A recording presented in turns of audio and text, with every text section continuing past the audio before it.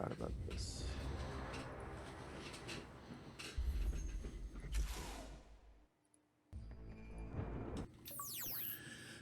Good evening, everybody. It's Parallax Abstraction, and welcome to a special supplemental episode of PXA Cyberplays Tron Evolution. This is going to be an interesting one. We weren't sure if we were going to be able to get this together, but it looks like we did. So I am here with my good buddy Rod, also known as LDSO. Hello there. And yeah, we're going to actually be doing a little live stream showcase of the Tron Evolution multiplayer. So Rod actually managed to assemble a little cadre of people together who are hopefully getting online there. And greetings, Ryan. And we're going to try this thing out. So if you do have Tron Evolution on the PC or on Steam or whatever, and you want to try this out, well, nobody's playing this game multiplayer other than us. So you should be able to quick match into the games that we're going to set up, which will be pretty awesome. So we're going to give this a try here. So, interestingly enough, I have never touched this multiplayer, and Rod has not either. So, that's right. He actually hasn't done the campaign either on the PC version, and you get loadout options for the multiplayer based on your character level, which carries over between the campaign and the story, or the campaign and the multiplayer. So, not sure how this is going to work, but there's a few different modes in this thing that we're going to show off here, and this should work pretty well. So I'm going to go into create match here. All right. So we're going to set this up. As I understand it, I'm hoping people can join games in progress in this. I don't know. That's a good question. I don't know either. Nope. So we'll see what happens with this. So there's a few modes in this. So there's disintegration and team disintegration, which is basically deathmatch, but the interesting twist on this is that they're large arenas where you can both be on foot and switch into a light cycle at will. So it kind of morphs those two different ideas together. So that might be what we try first. Okay, so Chaos Structure just said in the chat that people can join in to matches in progress, so good stuff. Absolutely. So we got those, so I'll probably just start a full-on disintegration first off, just because there might not be a ton of people here. There's Power Monger, which is a sort of capture and hold type thing, so domination, I guess you'd say. And then there is Bit Runner, which is sort of it's capture the flag with a twist. So it says here, capture the bit to start earning points, but be careful, the bit likes to siphon your health and energy. So it's a capture and hold deal, but holding, the longer you hold is actually the worse for you, which seems kind of neat. And we got, what do we got here? We got 1, 2, 3, 4. There's only 4 maps in this. Now, Rod, you were telling me in the pre-show that I guess there were actually additional maps released as DLC on the consoles, which they did not give to PC because Disney. Yeah, boy. Okay, let me just try and summarize this quickly. The console version had 2 DLC map packs that were available. You got one for free, and the other one you had to buy. Now, if you bought the retail PC version on DVD, you got a code that would give you that first map pack for free, just like on consoles. But for the second map pack, Disney were, well, pricks. Disney. Didn't release it. I'm sorry, it's true. They didn't release it, and you couldn't even buy it, you know? So we didn't get the maps. We didn't get the second map pack, and that annoyed a lot of people, as you can imagine. Yeah, I can imagine that. So, yeah, and a bunch of people in here PC didn't get DLC maps. Why am I not surprised? I agree. Yeah. So this is cool. So we already got 4 people in here, so this is pretty rad. So, all right, well, what I'll do here is I'll start us up on the just the regular disintegration mode on, let's try Heatsink, I guess, is our first map. So, yeah, people should just be able to pile in here. So I'll fire this up. Oh, we're up to 6. Oh, this is awesome. All right. So I'm not sure if voice chat from Xbox Live is going to work or not. If it is, I'll be able to receive but not transmit, just so that people know. So we'll see what happens with this. 3, 2, 1. Let the games begin. Let the games begin. All right. So here we are. So now when I was faffing about with this in when I was testing it out, I know I was in one map where I was able to press a button to turn into a light cycle, but I don't know, I don't seem to be able to do that here, so I don't know if that's map dependent or The default is V for a light cycle. Oh, default is B? Okay. The letter V, Victor. Oh, V. Oh, okay. I'm playing with a controller, so I don't know. Okay. Then, shoot. I'm just going to turn my volume down a little bit here just because it is drowning out Skype a little. So, okay, there we go. Yeah, I'm pressing all my controller buttons and it's not turning into the light cycle, so maybe that's not doable on this map. Oh, only 2 maps you can use light cycle, Okay. Well, then never mind. I am told. So that makes sense. Because, yeah, the one I tested on, I know you could, but... Oh, God, I'm awful.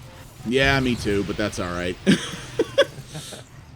Well, I have It's no working power surprisingly well. It doesn't seem laggy. People aren't jumping around or anything like that on my screen, at least, Yeah, so... so far it seems smooth on my end.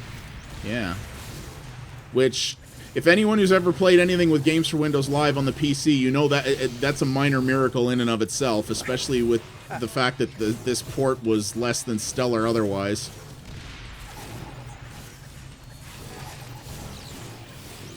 Hey, I de-resed of someone. Alright. Oh, God. Oh, no, I got stunned.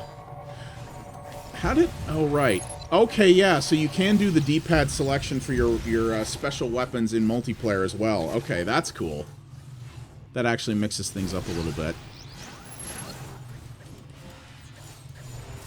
Yep, no, totally works. Alright. I dig that.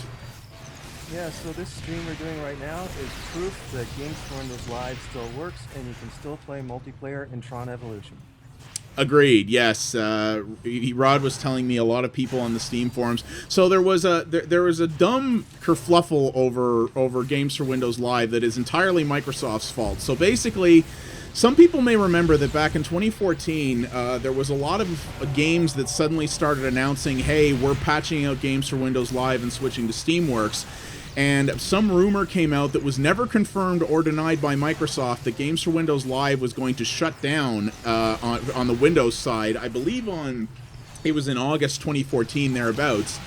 And August 2014 came and went, and they never shut it down. But they never talked about it either. Like, it's almost like someone left the server on in the closet and kind of forgot it was there. Which, to be honest, strange. Probably is exactly what happened. But... It was so strange that, it was a rumor. It was never confirmed, but, Nope. everybody took that to mean, yeah, it's going to get shut down for sure. And then nothing happened. It just kept going. No. The problem is because Microsoft never came out after the fact and said, "Oh, actually, we didn't shut this down." A lot of people still think it has been shut down. That's true, yeah. So there are a lot of people on the Steam forums for this game and others who are like, "Oh no, multiplayer doesn't work anymore," and you've been kind of like, "No, it totally does." Yeah, I mean, okay, I understand that because they heard that it was shut down that they think that, and okay, but the thing is people are telling them, no, it's fine, it works, look, like check out, this match we're doing, or the stream that we're doing right now, Yeah. Well, at least now if we can put a link to this video and be like, look, here's a bunch of humans playing this thing on the internet at this time. It totally works. Oh god, I'm so bad. Yeah, I'm pretty terrible at this too. One guy, Ryan Flynn, says just spam bomb attacks because what is game balance? That's pretty much how I won the single player campaign, was just spamming the bomb attack endlessly. It's pretty much a win button. It's kind of too bad though, because I mean, obviously that this did have a couple of balance issues and didn't have much of a player population, but like the core idea of this, like they could have made the multiplayer aspect of this like really awesome, because like from the point of view of, hey, here's just concepts of combat in the Tron universe, like this is a pretty rad idea. From people who play it, they tell me it's pretty good, that they enjoy it, but since I have no experience with it yet, this is my first time playing it, I don't know. Yeah, no, exactly. The core idea seems really cool, and yeah, once we get into the maps that do permit light cycles, I think that will be really neat, because when I was testing before, the one light cycle arena that I was in was, yeah, really big and wide open, and, you could very easily sort of jump back and forth at will, which could make things really interesting. And I actually played this before with bots by myself, but Yeah. not like with people. Yeah, so you can actually access some of this stuff to a degree as well in the single-player campaign. When you get to one of the data terminals, you can actually access, like, I forget what it calls them. It's something like challenge arenas or something to that effect, which is really just it's this, except you're playing against the AI. But you can use it to get yourself actual experience in that to further level up your progression and things like that too. Yes, Ryan Flynn also points out in the chat that you can actually also, and this will be interesting, you can there are actually spawn points for tanks in the big maps as well. Oh, really? Huh. So you can actually go in and spawn in a tank that you control, which will be pretty rad, though they said earlier the tanks were a little OP, which I could believe. Oh, yeah. I mean, I guess the tanks fictionally kind of are supposed to be OP, but, oh, there we go. Oh, match over. So that one, I didn't do man. super horrible. I wasn't the worst. I don't believe it.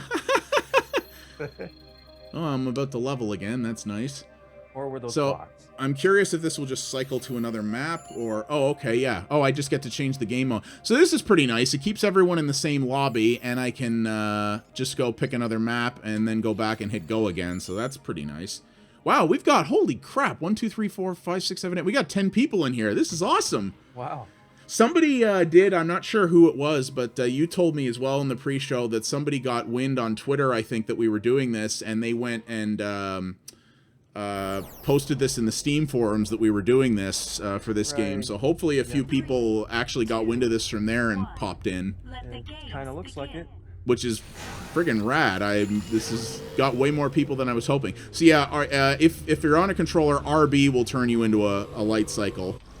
And then it looks like A just jumps you out of it. So these look like the real sort of meat and potato maps of this thing, because... Oh! Gain a version in the game grid. I just got an achievement. Alright. So yeah, you can... it looks like in this, you can fight sort of the normal way, but when you turn into a bike, you can do the whole thing that everybody loved about Tron light cycles in Tron 2.0, which is... Yeah, oh, okay. So hitting someone's trail doesn't actually kill you, at least at low speed. It's just a barrier. Okay, if you hit the trail at high speed, you do die, but if you're going slow enough, you'll just bounce off of it. So, okay. That makes a little more sense. That's kind of neat. And yeah, you can do the whole, like, road rash thing of hitting dudes with discs while you're on your bike.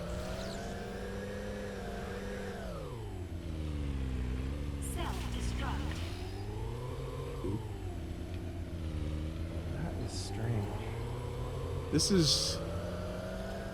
is a really big open map. Oh, it's got multiple levels too. Okay, so there's actually actually there's 2 upper levels on here, it looks like.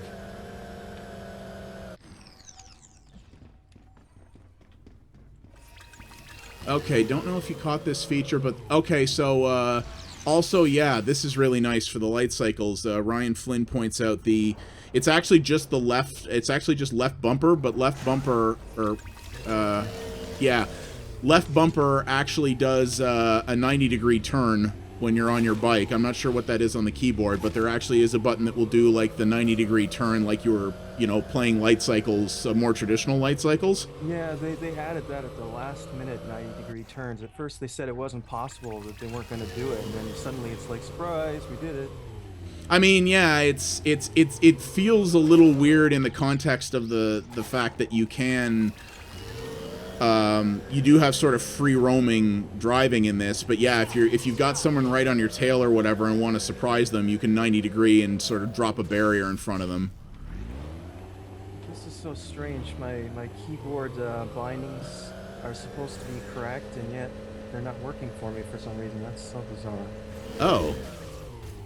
Yeah, I don't think I changed any of the default... I don't even know if you can change controller bindings in this, but I didn't change anything from default, so that might just be another oddity of this port. That they had key bindings at all in a port that's otherwise kind of hackneyed is rather impressive. wish I had an Xbox One controller or Xbox 360 controller at any rate, but Yeah. I have to muddle along the keyboard and mouse here. Yeah. I'm trying to think, maybe, I'm not sure if this was one of the maps that had the, okay, I picked up something called user mode. I'm not sure what that does. I also didn't see a tank in this arena, so maybe this isn't one of the maps that has one. Yeah. I de-resed you and I don't even know how. Well, for me right now, the game is unplayable. Oh. I can't get the keyboard bindings to work correctly. Oh. This makes no sense. It works fine in deathmatch, but Oh. Cycles is messed up. Oh, it looks like I got... Okay. It looks like I got the tank. User mode equals God mode, he says. Okay. Oh, God mode, so it's literally an invulnerability thing?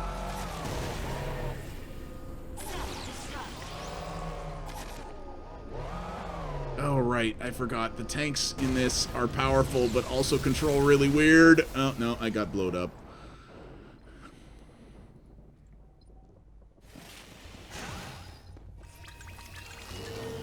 Yeah, this... I mean, while this definitely looks nicer and more modern than Tron 2.0 Light Cycles, I definitely ain't gonna say it plays better. But, I mean, also, you know, traditional Light Cycles in the sort of traditionally recognized canon format, I suppose, at least of the old films, is that it's not really a free-roaming thing. It's kind of a, you know... left, right, front, back kind of deal, you know? I mean, it plays pretty well, it just feels a little bit awkward, but, it's not that this plays badly, and given the, you know, you talked about this a little bit in the chat on my single-player streams, given the kind of ridiculously fast turnaround for development that this game had, it's actually rather impressive that they got this working as well as they did, to be honest with you. That's definitely true. Yeah. Amazing how much they pulled off from the time they had. What did you say it was? It wasn't 18 months. It was less. It was longer than that, but not much longer, right?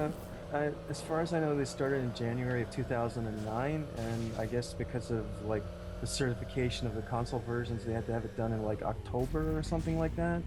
Of the same year? No, the following year. Or 2010, yeah. So no, 18 months. Yeah, 18 months thereabouts. That's pretty, that is pretty impressive for even a B-tier AAA game these days. Okay, I just picked up Equalizer. Now I've got a weird glow to me. I'm presuming this is like a damage multiplier thing. It doesn't actually explain it. It just says what the name is. This is so bizarre. I know that there are separate light cycle and on-foot controls, like you can customize it to what you want in tank, light cycle, and on-foot. But I already set all this stuff up, and for some reason light cycles doesn't work properly for me on keyboard. That's really strange. Yeah, it's bizarre. Flokin, can you... Sorry, you say you can't hear anyone. Does that mean you can't hear the stream, or you can't hear anything in the game? I'm presuming if the stream was mute, other people would have said by now, but... I'm just making sure.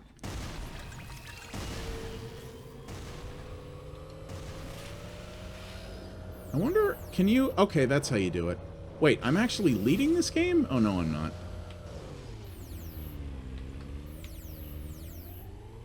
Okay, D-Res 7. I think the kill limit... Okay, there's 3 minutes left in this, so alright.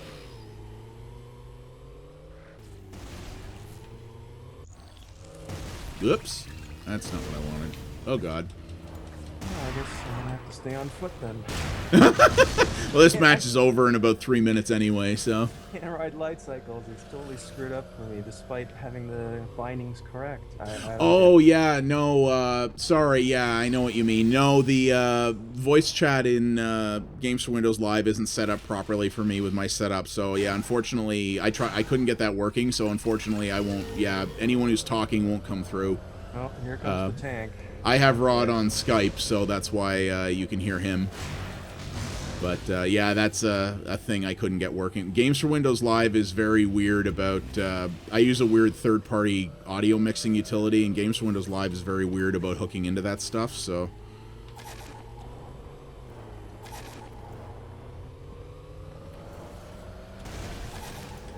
Wow, tank got surrounded there.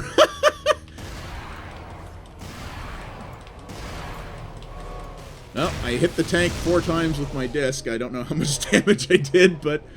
Self-destruct.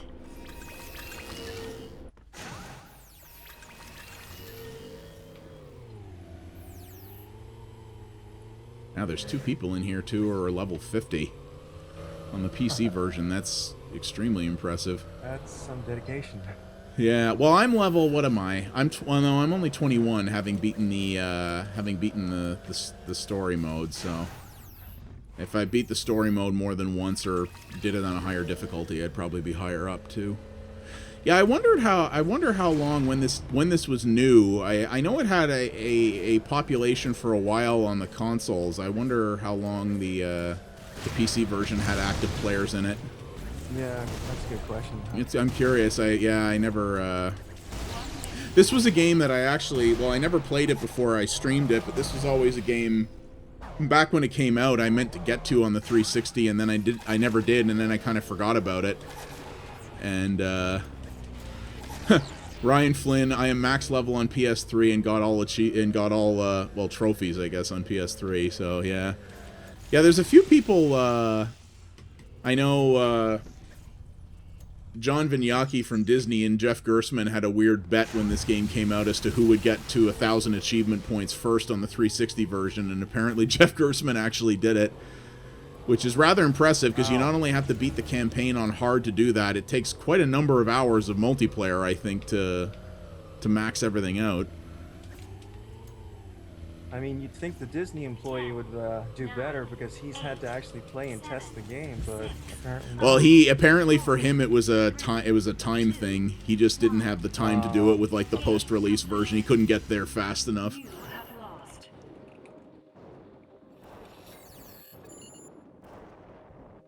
Wow, yeah, And I now got did schooled the on that one. worst because I can't even. Because you can't play drive the friggin' because my bikes. keyboard controls don't work properly. That's I don't really know weird. why. Hooray, I got upgrades. Alright, well, let's, So, hard disk and defrag are the other 2 maps. So let's do one round of this on each of the maps, and then we'll switch up the modes and take a look there.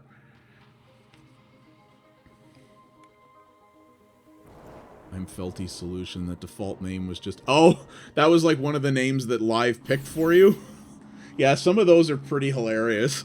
3, 2, Mr. Julius is in the chat. Apparently, he is Felty Solution 18 in the is his Xbox name, and he was like, "Yeah, that default name was too funny to not keep." I'm like, "Yeah, that's pretty good." Yeah, Mr. Julia said he wasn't sure if he'd be able to make it, so that's great. Oh, cool. Oh, I'm glad. Yeah, I'm glad we got a decent crew for this. This game doesn't necessarily need like a crazy number of people to be able to show off what it is, but yeah, the more the merrier for sure. Yeah, playing against bots just doesn't cut it. No, the bots are the little bit I tried of the bots is they're pretty unremarkable. It's nice that they put them in. I mean, a lot of these games they don't even bother to do that. But yeah, they're not the pinnacle of intelligence, that's for sure.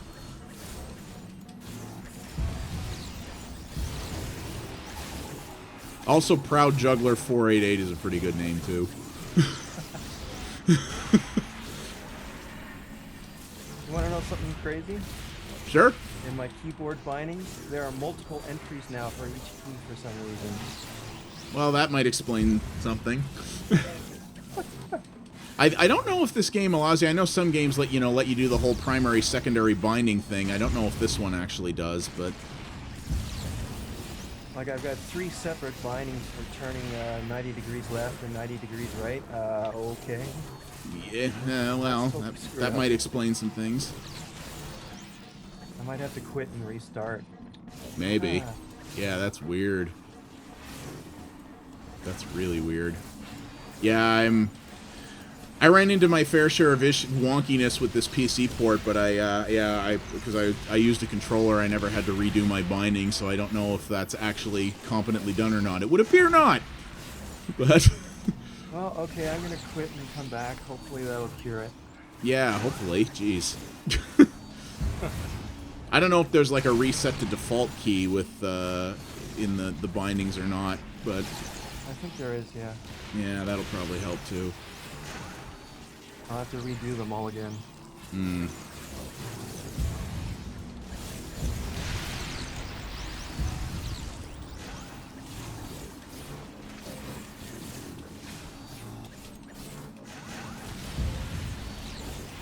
I do see though when I'm fighting some of these guys, depending on how you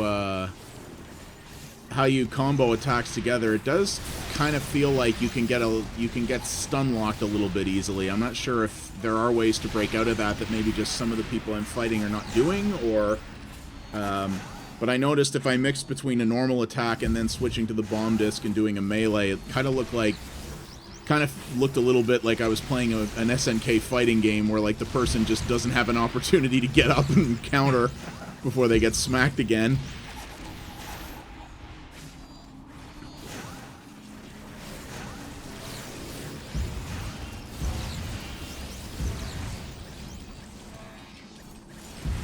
Oh, wow. That went alright. Oh, God. Yeah, I kind of got stun locked a little bit there.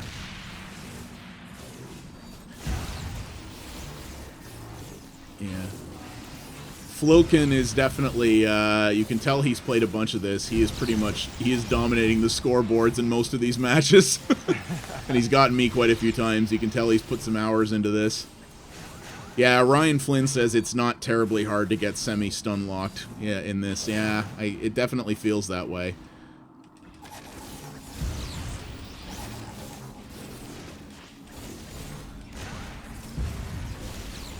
Yeah, the targeting is a little interesting. This game definitely does not have necessarily the snappiest camera in the world.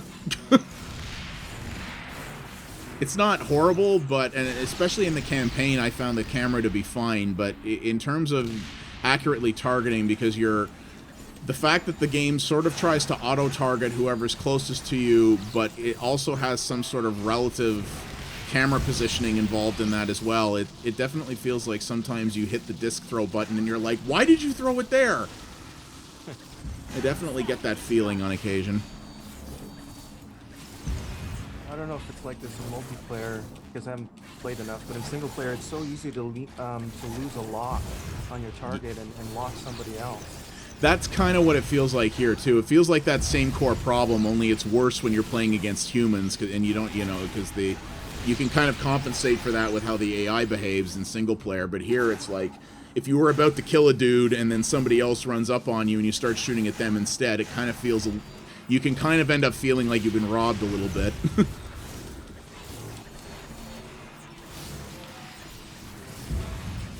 Got multiple entries for items here, even though I quit and restarted it. Reset default binding. You did reset default and it's still doing that? Oh my it's God. Still doing it. I'm curious what it shows for me.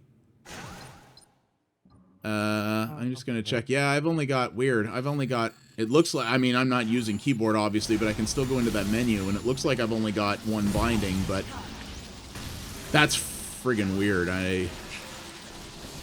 I really need to buy a 360 or Xbox One controller. Yeah, at this point, you might as well. You can actually get, depending on your budget. I actually, when I was prepping these retro stations that I've been putting together for my Extra Life guild, where we've been going to events, there are actually these controllers you can get. They sell them at Best Buy, and Canada Computers has them too. They're called PDP Rock Candies. They're actually like, it's a third-party 360 controller. But they're surprisingly well made, and they're only $25. So it's kind of a knockoff? Yeah, well, PDP is like an official accessory maker. They're kind of like a Mad Catz or something like that. Oh, okay. But the Rock Candies they're 360 controllers. They call them Rock Candies because they have like these iMac-y colored semi-transparent shells on them. But I bought a couple of them for our Extra Life, because we have my Extra Life guild. I prepped these two laptops with external monitors that play a bunch of emulators with a menu. We bring them to conventions to attract people, and I bought 4 of those controllers with them. And they're cheap, but they're remarkably not crap for cheap controllers.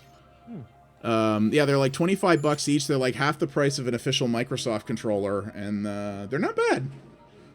I was kind of surprised. I'll take a look at that then. Yeah, Best Buy and Canada Computers have them, and yeah, if you just look for like, if you just search for Rock Candy controller on their websites, you should find them. And yeah, they come in like, they've got like 4 colors you can get, and they're wired, but they are like legit X input compatible 360 pads, and they're labeled like 360 pads.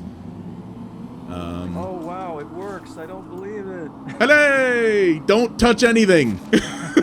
Never go into a menu ever again. Hey, whatever. Yeah, I think this is the map I messed with when I was testing earlier. This map is really cool. It's got again multiple levels, but it's got smaller paths on the upper levels, so it's like you can do some kind of cool jumps and stuff. This is a pretty neat area.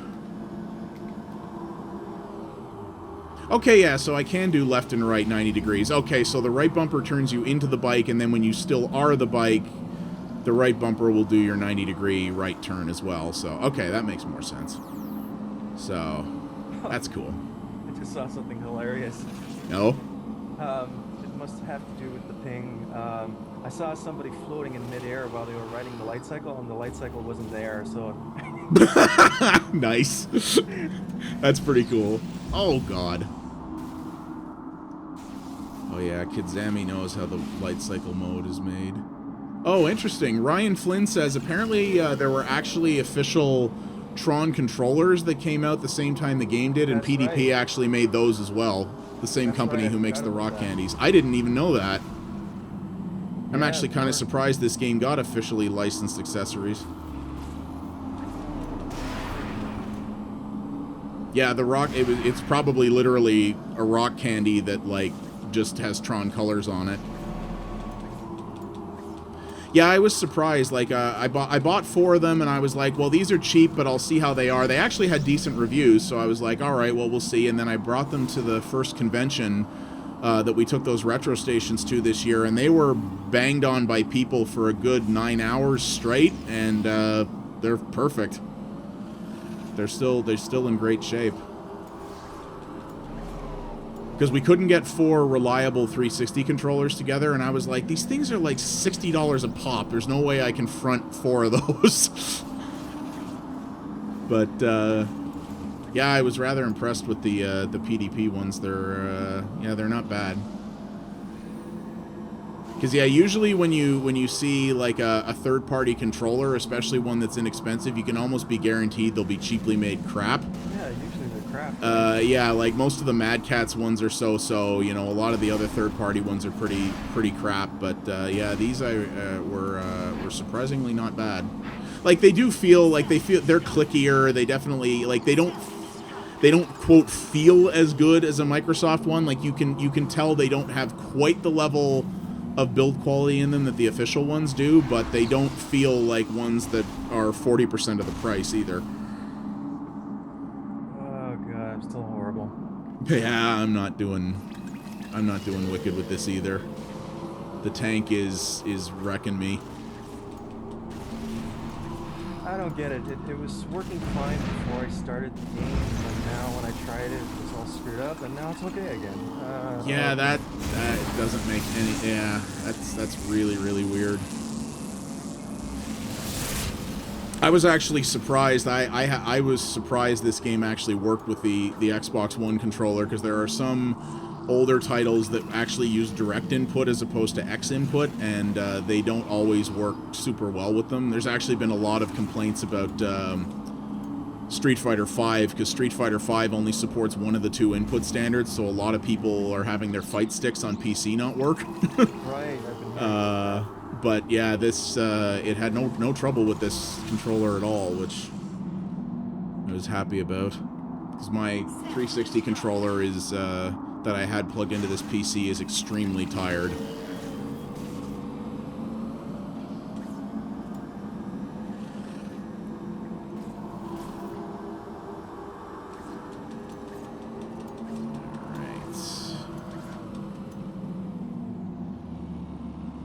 running surprisingly smooth otherwise. It's not bad. People aren't too laggy. I don't, the lag times too reliable. This doesn't give you an actual ping count. It just gives you that stupid little signal meter thing. Yeah, everybody is showing as yellow, but it seems to be fine. I think that's yellow, or yeah, it looks yellow to me. I do not have music turned off. That's a good question. Or did they just not put music in multiplayer? No, I have music on, so... Yeah, I'm not getting music either. Yeah, I don't think there is any, which is an odd omission. This kind of feels like playing some friggin', D-Res during this or something would be friggin' perfect. I'm getting lots of ambient sound effects, but... Yeah, and I got, like, the weird little sort of... like eerie sort of howling noise in the background and stuff, but Exactly, yeah, it's odd. Maybe the other modes will, but I don't know. Oh, somebody hit me from behind, rode right over me. Aw. Roadkill. I really need to do the one thing that this keeps reminding me when I'm doing some of this combat is I really need to do a retro flashback on Road Rash. Yeah. God, that game was so good. Yeah, that was a great game. The one game that people keep saying they want a remake of and that nobody does.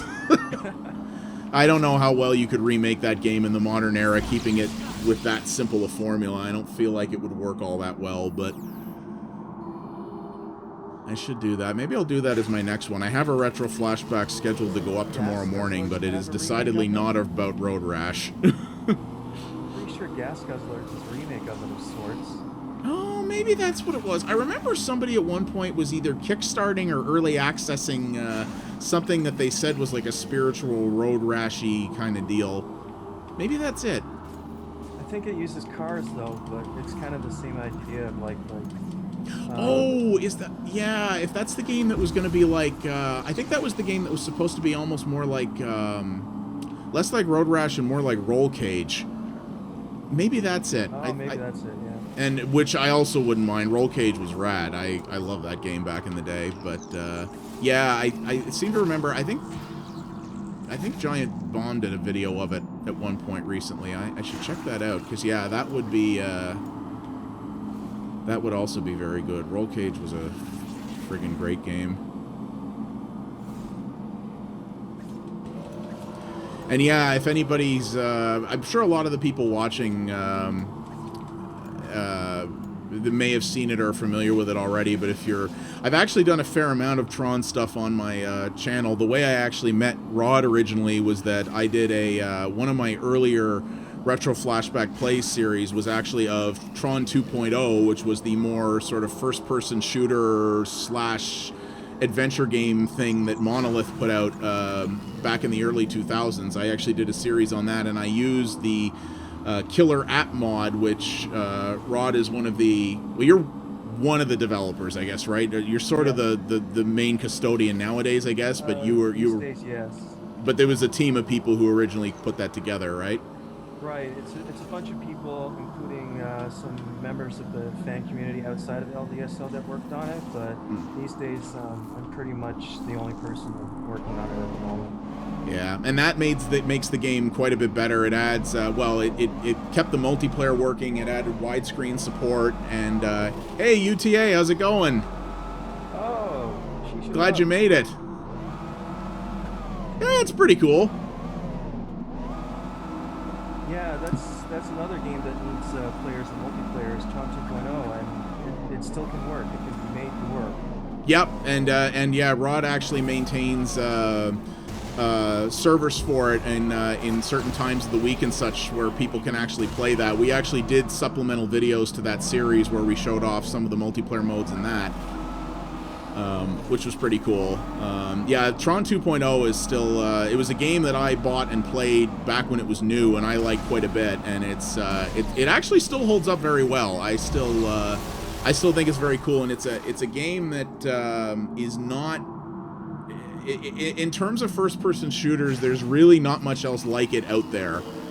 And you can actually get that on Steam as well, along with this. And Rod's YouTube channel actually has videos on how to get these games working on modern versions of Windows and stuff. They can be made to work, but on newer versions of Windows, they're a little touchier, but still definitely possible.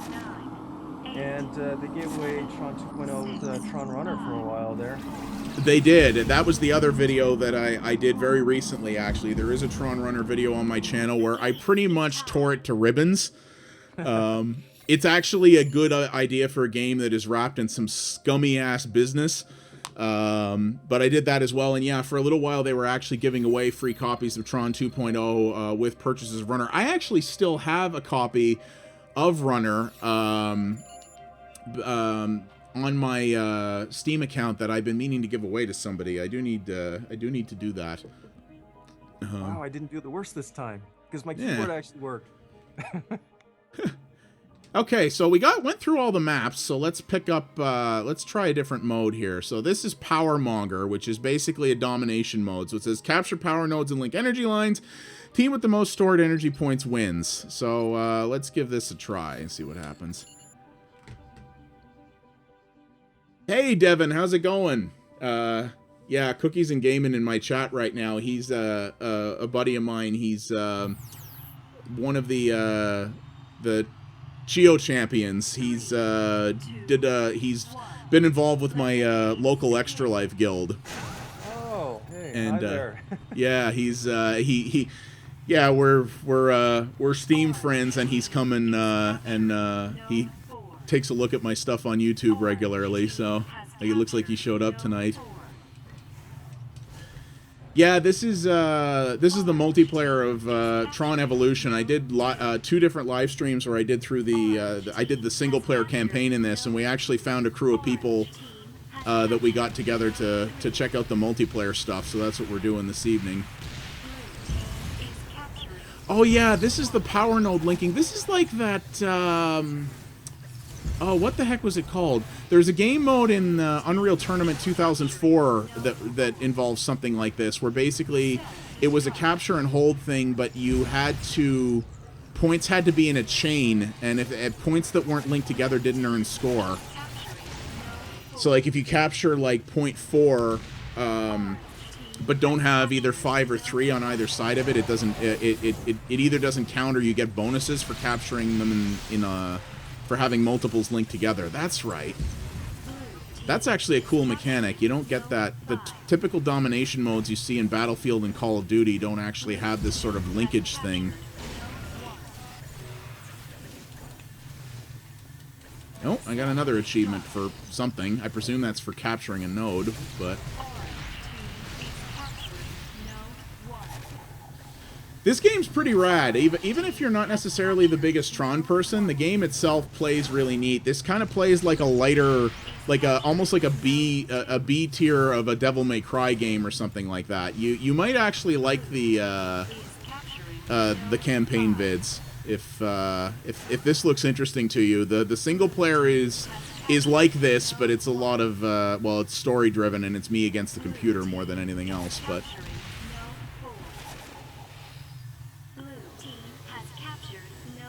There's a lot of, we've got a decent number of Tron fanatics in the chat here, so. I'm glad that so many people showed up after all. Yeah, this is fantastic. I honestly wasn't sure we'd have more than a small handful of people in the multiplayer, but I have to really thank that guy who posted about this in the Steam forums, because clearly I am not a bright enough light to have thought of that myself, so.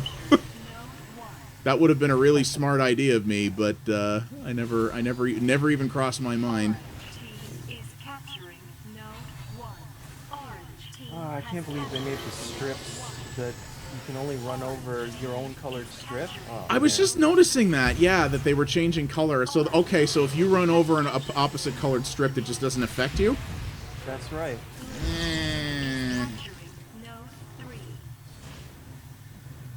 That's true, I suppose, right? Yeah.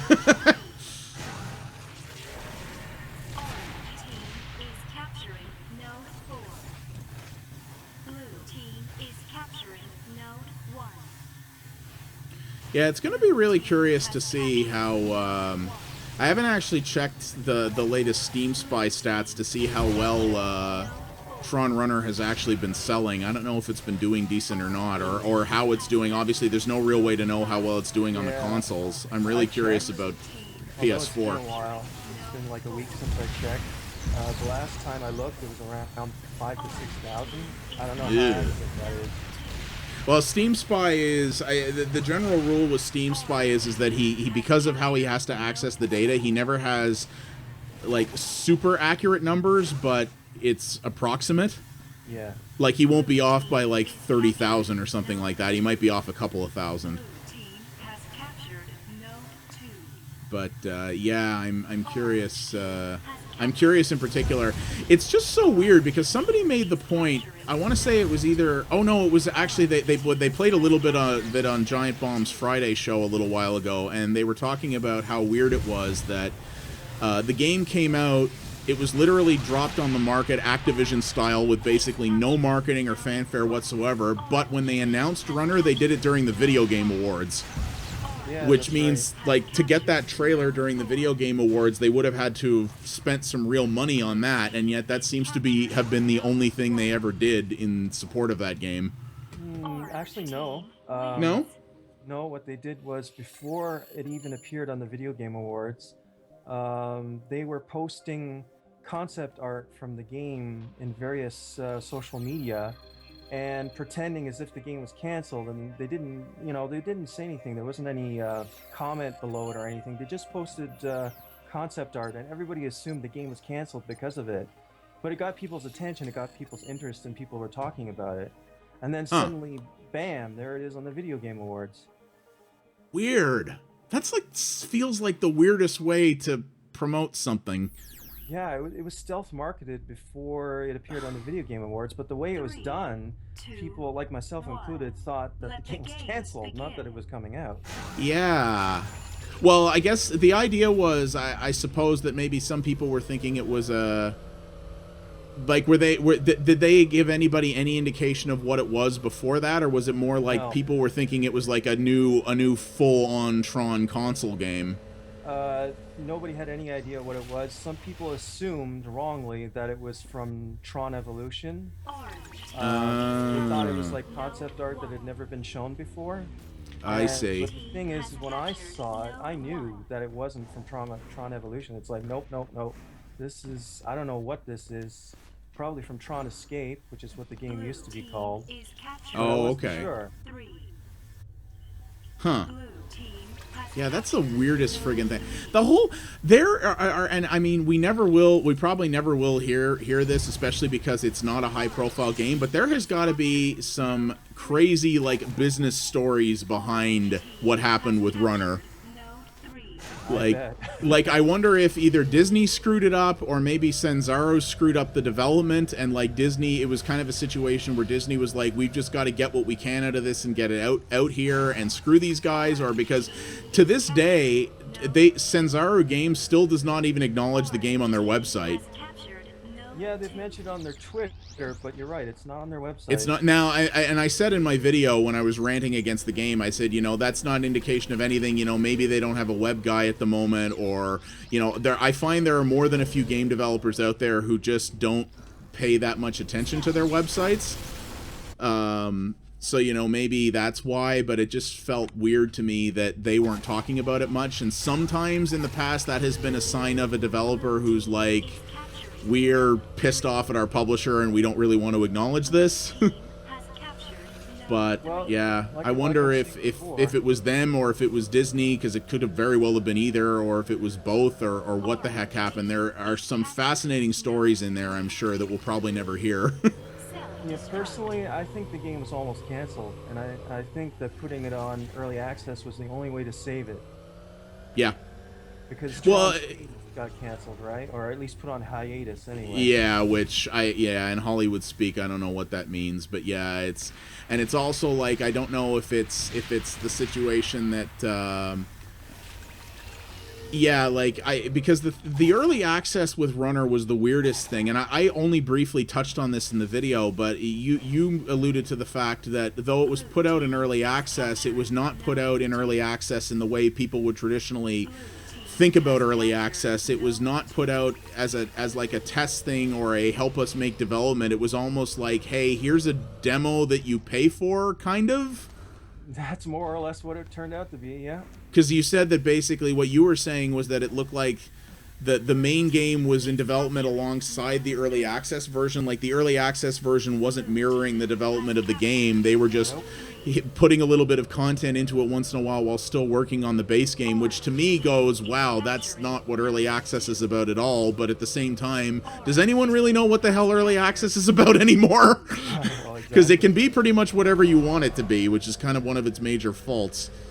It comes across as potentially being three things. One or all of them is: one, it was a cash grab to make some money quickly. Yeah. Two, to build up hype before the full release came out. And three, oh no, I forget what my point was. Well, you know what it feels like? You kind of alluded to this. It almost feels to me like Disney was going to cancel the game, and Sanzaro went, no, look, we think people are interested in this. Let us put it out in early access, and if it gets a certain amount of sales there, you'll let us keep working on it. And then Disney went, oh, fine. And then maybe they put it out in early access, and because it was a Tron game, enough people bought it that they were like, no, see, people want this. Just let us finish it. It kind of feels like that to a certain degree, which maybe that's what happened. Like I said, we'll probably never know, but I would love stuff like that. I find inherently fascinating. It is. Yeah. Is. Just Knowing the stories behind this stuff and how crazy this business can be. That type of thing really interests me. I would love to know because yeah, it's like I said in the video, it's a real it is a game that if it just didn't have so much damn business around it, could have been kind of cool. Yeah. I like the idea, and like the core idea that they managed to put out in it needs some tweaking, but it was still pretty good. But it's just, ugh. Yeah, unfortunately, the launch was kind of botched on Tron Runner. Well, it took me friggin' 2 days before I could figure out how to run the damn game. Oh, really? Well, no, that was the problem. Remember where when it converted from early access to full, there were those pack files that got left behind? Yeah, that happened to me. Yeah, I forgot you had that trouble, right? Oh, careful, Devin. That you're stepping in you're stepping in tough territory there by not saying you didn't like Uprising. Uh-oh. He said, does anybody remember that god-awful cartoon that Disney put out a while back? Everyone's like, what? That's pretty funny. Well, I'm the kind of fan where, like, if it's bad, I'll say it, and if other people don't like it, that's okay. I don't care. Yeah. I mean, I'll try to convince them otherwise, but, you know, if they don't like it, well, okay, you know? I'm not a fan. Yeah, everybody in here, I think, is just kind of joking more than anything else, the way they're doing it. It's just kind of funny.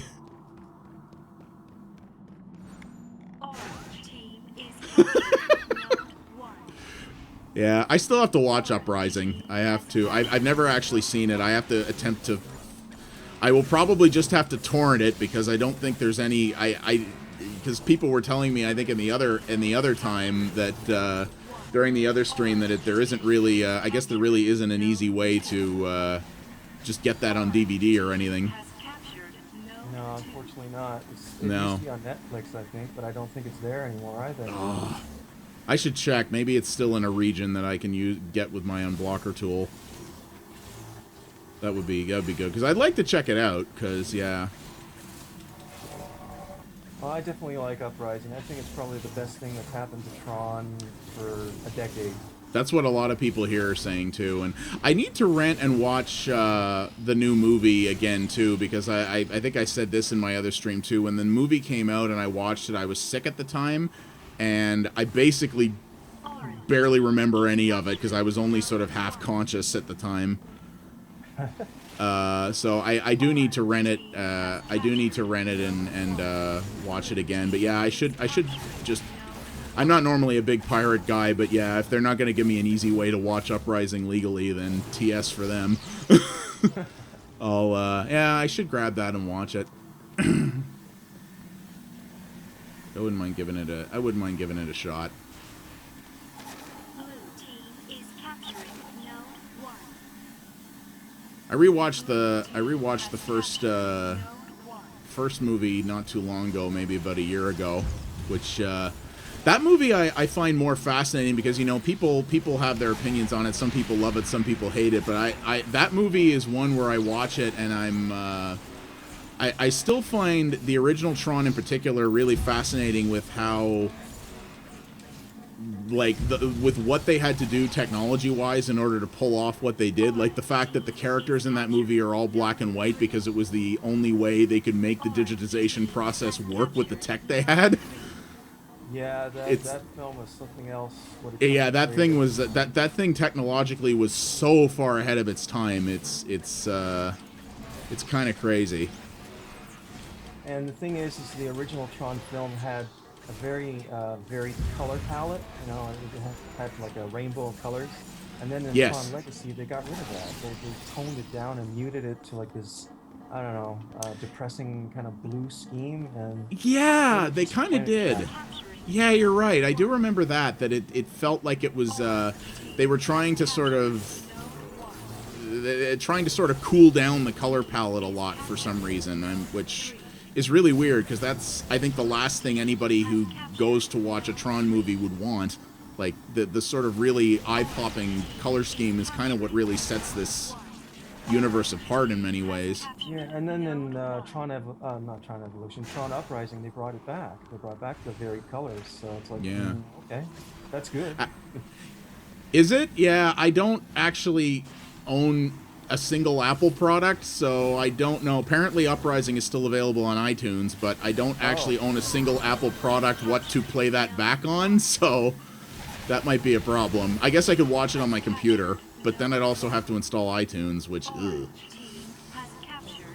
So, I don't know, I'll have to see. Probably, actually, I could just... I don't necessarily care that much if I put iTunes on my laptop. I could always do that and feed my laptop out to the TV, I suppose. Maybe I'll do that. So I would prefer to purchase it just for my own conscience reasons and also just to, you know, if you will, support the cause. It's the only way Disney's gonna consider reviving this property is if people spend money on the Tron stuff that's out there. Exactly. Yep. So.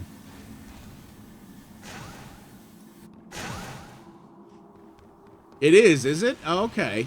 Yeah, that's cool. It was real, eh? Okay. Yeah, I must have misheard. I did hear that they announced those, but yeah, I guess I misheard about that rumor thing. I'm spending way too much time trying to frag people instead of capturing nodes. Orange team is capturing node 3. Trying to build up my stats by fighting bots, the few that are in here. Yeah, I guess some of these Are I don't know if there are bots in here or not, because there are a lot of characters in here that have like the single digits after their names, but they're also high level, so I don't know if that's intentional or... Yeah, sorry, I take that back. That's right. Games Rendell's Live will assign random names, so it kind of looks like it could be a bot. Well, that's what some of the people in here were talking to. People are talking about, I guess, people who either don't play Xbox a lot or whatever. Like Felty Solutions 18, the guy said was just a default name that he thought was so hilarious he kept it. Yeah. So it's just pretty amusing. All right, we'll do. Yeah, we can go through all the maps on each of these modes. I'm curious how these stack up because there's very interesting. Oh, bots get leveled to match players. Okay, so we do have a few bots in here. It looks like it is filling out the empty slots. That's actually kind of good, though, because at least you get a better population. You know, you have a more filled out map. So that's all right. I dig that. 2, 1. Let the Yeah, that's the games problem begin. with Tron 2.0 multiplayer. Is it's up to the map maker to add bots, so if they didn't do it, then there are none. Oh, that's right. Yes, we talked about that. Yeah, you can't... Yeah, that's right. You can't just tell it in a menu that you want bots and get them. That's right. But then, of Yeah, you're course, right. I think anybody in here who has a single digit after their name is a bot. I think it's about 50-50. And Disney never told anybody how to add bots to their maps, so gee, I wonder why. Oh, Lord.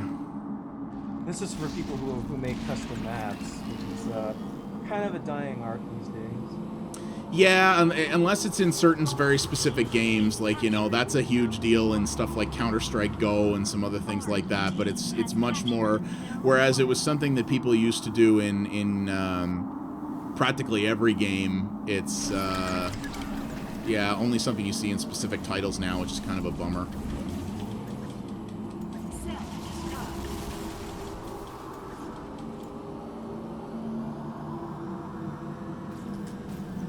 I keep saying one of these days I need to try to pick a modern title to mess around with in map in map making, just to see if I could actually do it. I should like screw around with, like, maybe when they release the mod tools for Fallout 4 or something, I should just mess with those. I enjoy it, even though it's tough to do, of course, but I'm sure it's quite satisfying, yeah. It's definitely something I'd like to try to get into at some point, because I'm one of these guys who has like 1,000,000,001, you know, different ideas for small games I would make if I had the means, and the thing is, I keep using the excuse of, you know, at one point in time I wanted to make games for a living, and that was that was back in the era when I graduated high school. It was back in the era where the only two ways to get into game development were programming or art, and I've never had any artistic talent, and my math skills have always been so poor that, especially back then, getting into programming was just not really feasible.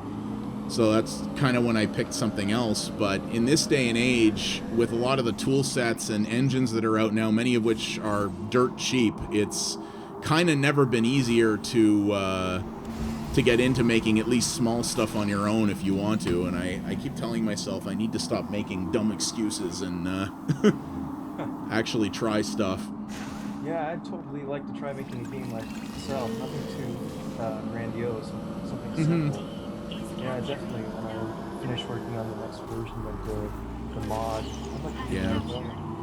Especially now that I'm unemployed, technically there's no better time than this to either download like Unity or Unreal or something and just start faffing around with it and see what I can figure out. But I really should do that. Do it, mister. Yeah, I know. Well, I'm actually, in the next couple of weeks, I'm going to be starting some IT training and actual IT training from here and some other stuff to try to pad my resume a bit, so that's going to be my main thing. I'm one to talk. I still haven't finished the next version of the mod yet. Yeah, I need to get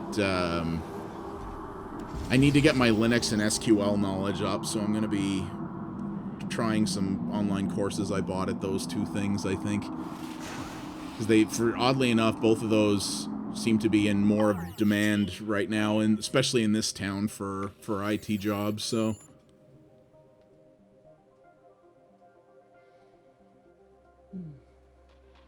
Alright, so I think...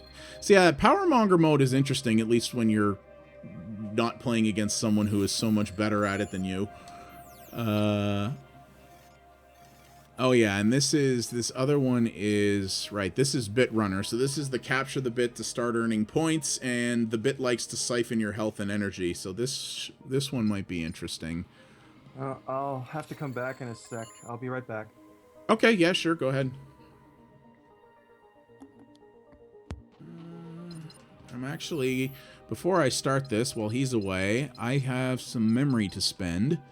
So I'm gonna update my stuff.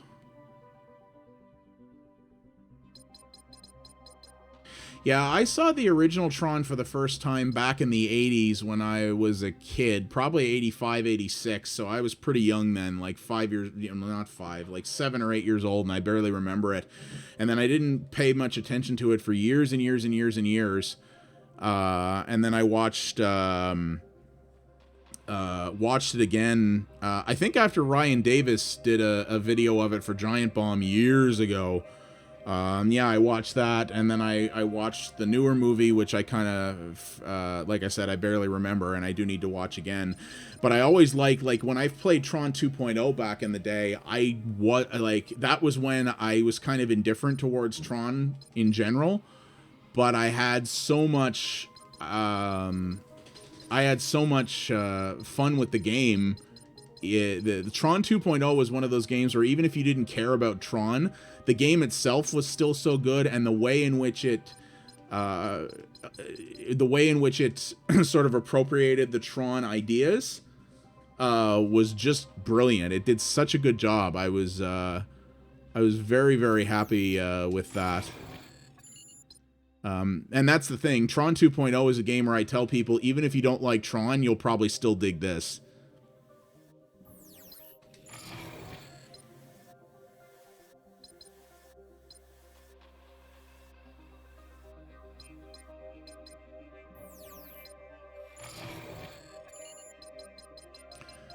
So I'm just gonna spend some of these upgrades while we wait for Rod to get back, and then we'll start the next game.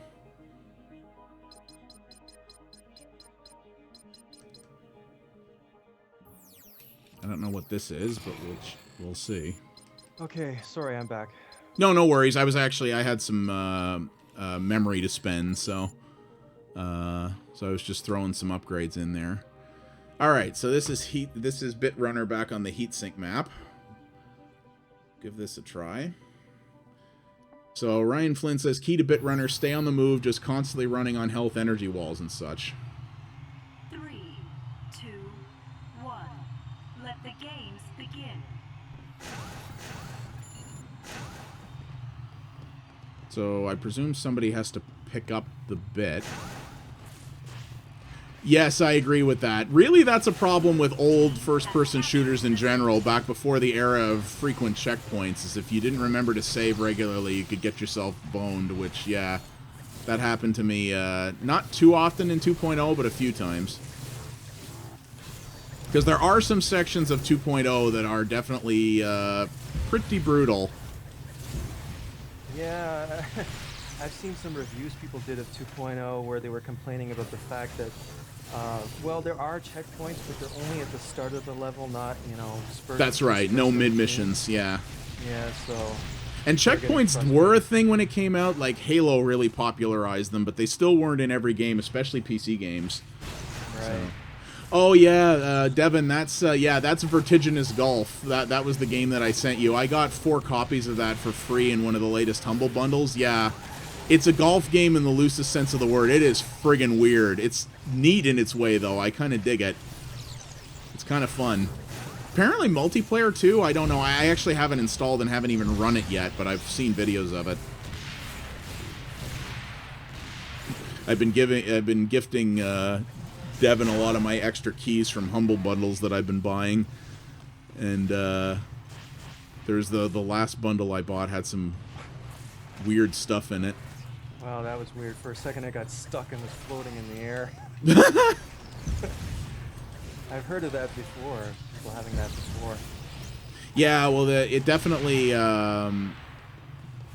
this game is, especially for games for Windows Live game, it's actually performing pretty decent net code wise. Yeah. But when it does hitch, it does seem to hitch in some rather funny ways.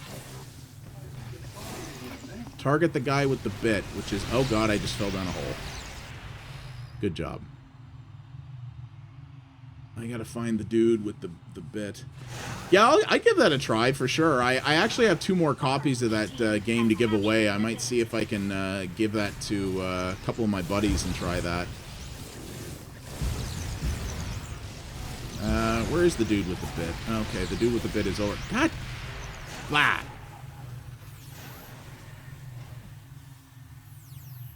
Imagine it's Kazami who has the bit. Oh, okay, he's over there. Okay. The marker for who has the bit is a little confusing.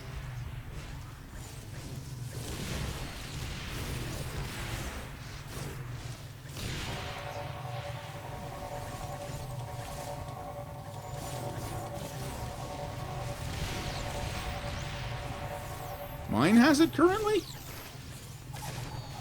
Okay, the scoreboard doesn't actually say.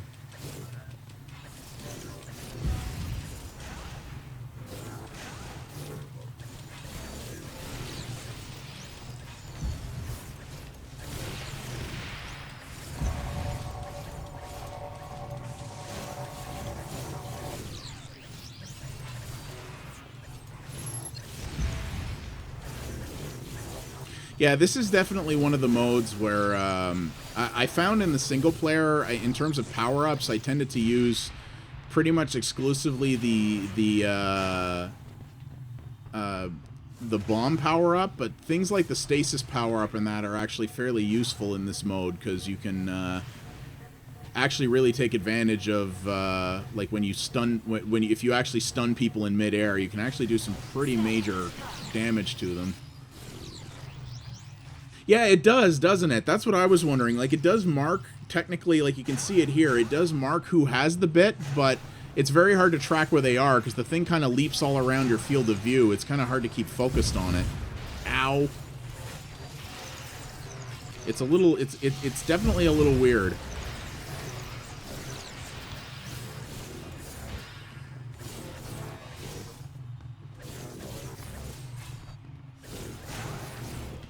So it's over there. So yeah, blue. Yeah, okay, that is blue who had. All right. Bollocks.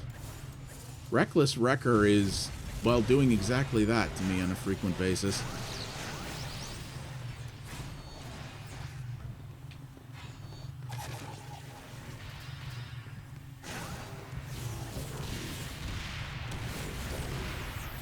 Yeah. Yeah, exactly. You need to... Yeah, that's what I need to follow. Ding. So, it's... Okay, so it's down... Wait, what?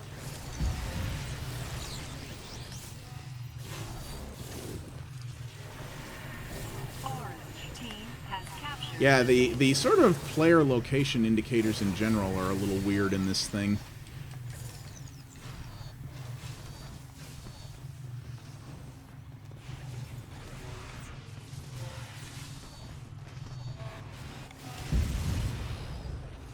Only 150 points to go till till my team ties.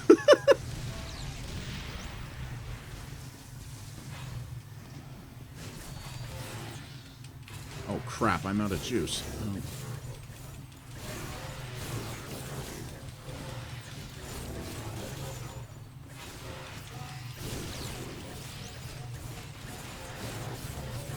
Probably.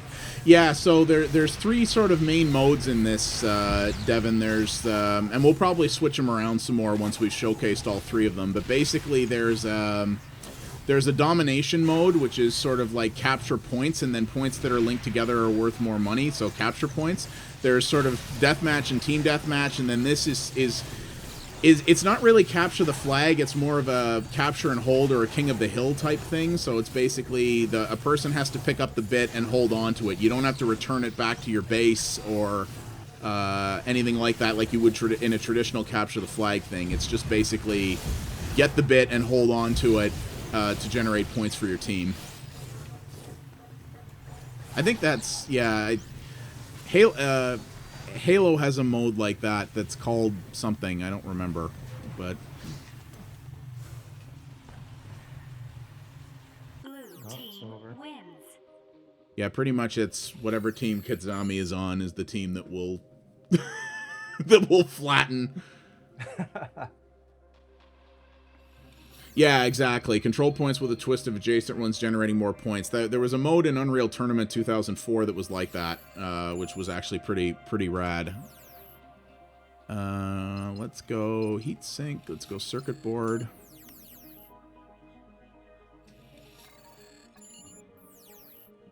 Just gonna quickly... I just realized I did not have many multiplayer mods equipped because I'm a total idiot. So I'm gonna just change this. I'm gonna put in a Gen 5 light cycle as well. Alright, there we go. Let's do this.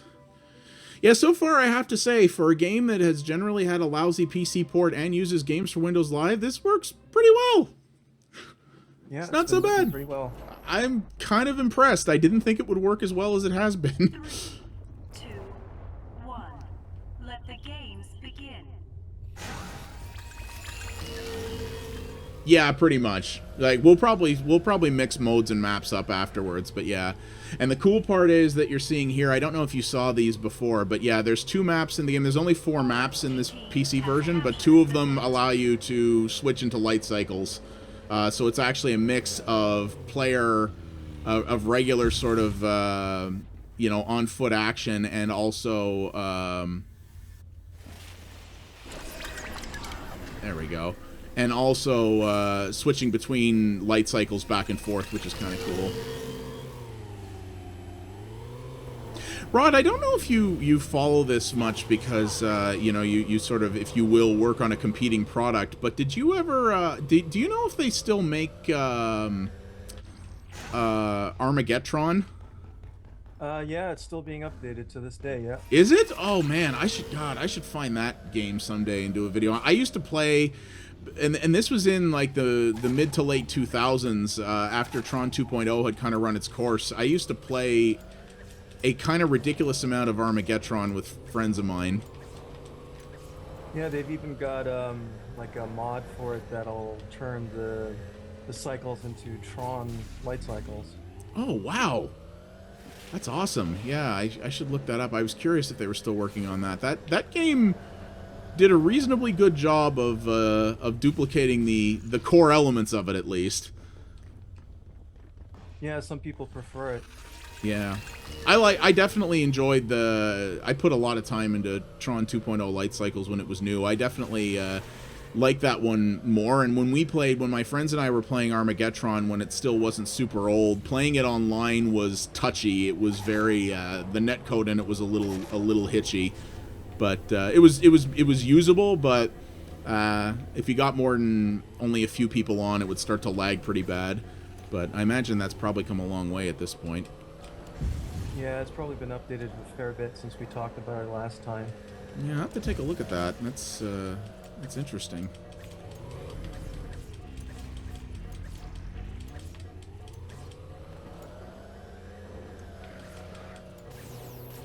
So I believe Kidzami's just holding on to the bit again. I'm trying to find where he is. Somebody was saying that I guess the sort of wonky hit indicators that I've been talking about here that make it difficult to tell where somebody is, they said that that might also be a weird PC version thing, because they didn't remember it being that difficult to read on the console versions.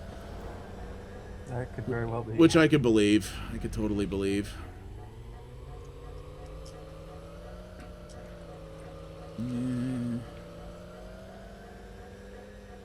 Trying to find where he is at.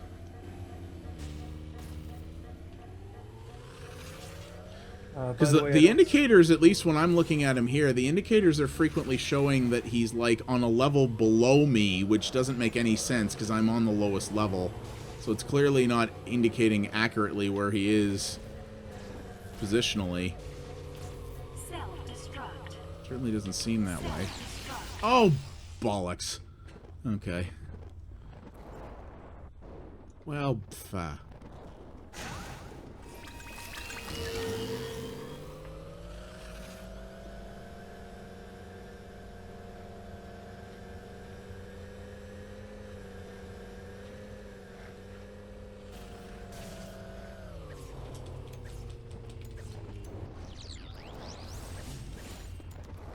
Ooh, who this? No. Get back here. Oh, God.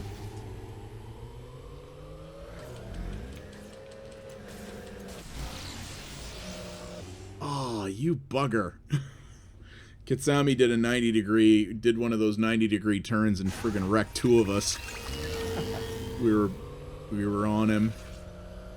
Yeah, these positional indicators are definitely screwed up, because yeah, it's definitely regularly showing him as being below me. I'm not familiar with that, actually. Ryan Flynn is asking who else remembers Space Paranoids Online. I gotta try to get that running on my PC. I've actually never heard of that. Oh yeah, I remember that. I still have the file for it that you can use to play offline. Because So I what think they took it down. So what was that? Was that like something else that kind of resembled this, or? Well, it was for a Unity web player, and Oh, okay. it was, if you remember in the film, in the first film, when Flynn was playing the arcade game and he was shooting the recognizers with his tank. Mm-hmm. It was a recreation of that. Oh, interesting. Blue team has captured the bit. That's kind of cool. By the way, I don't sound like a Cylon yet, do I? No, you haven't. You've sounded fine the whole thing. Rod and I are both having different but equally frustrating sound issues lately. So, but yeah, so far both your end and mine have been behaving themselves. So, Yeah. no, it's all good. And I also have some guests over right now. I don't know if you heard them in the background or not. Nah, not really. Hasn't been too bad. Yeah, Devin, I think that game is still actively played. So Awesome Knots is it's a 2D. It's kind of like a MOBA, it's the idea of a MOBA, kind of like a Dota or a League of Legends, but it's much easier to get into. It's not nearly as complicated as those games, and it plays on a 2D side-scrolling plane. It's actually a lot of fun. I've been meaning to. I should reinstall that. I used to play that with a couple of my buddies on a regular basis. Yeah, Awesome Knots is a good time. It's you play it online for the most part, but it's kind of like a MOBA but simplified and 2D. It's actually really good fun, and they've been supporting the heck out of it. I think they announced the sequel's being made. At least I'm getting XP bonuses, even though I'm losing horribly.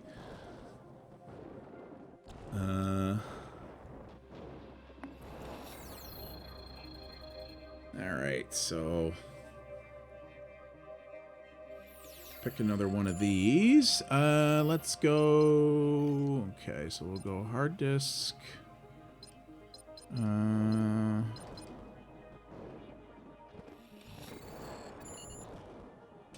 I love too how when I go to select a map, it actually tells me how many people in here actually have access to that map, as if there are maps they wouldn't have. I guess at one point in time that may have been the case, but certainly not anymore. 1. Let the games begin.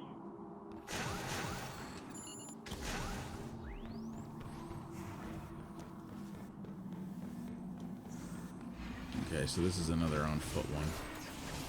Oh wow, yeah. If that's you, I'm killing there. Holy jeez, it is. Yeah. So these player indicators are completely screwed up.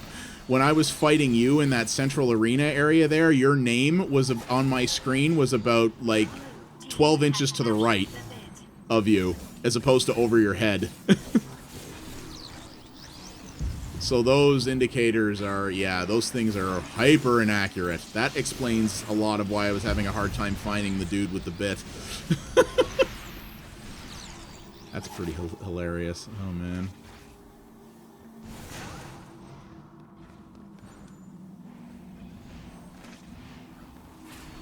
At least this time I'm on the blue team. I'm on the team with Kizami, so at least this time I'm on the team that's probably going to win.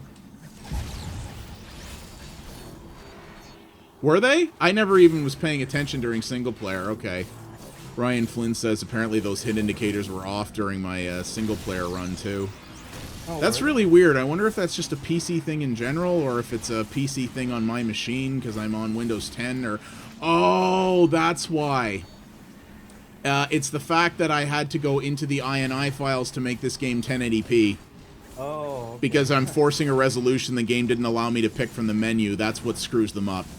That makes all kinds of sense. Yeah, Devin, I kind of sent you that key as a joke. I did a Let's Play of Outlast for my Extra Life stretch goal for not this past year, but the year before. Yeah, I know you don't like horror, Outlast will... You would probably get scared watching me play Outlast. You probably don't want to play that yourself. I sent that key to you in the bundle kind of as a joke.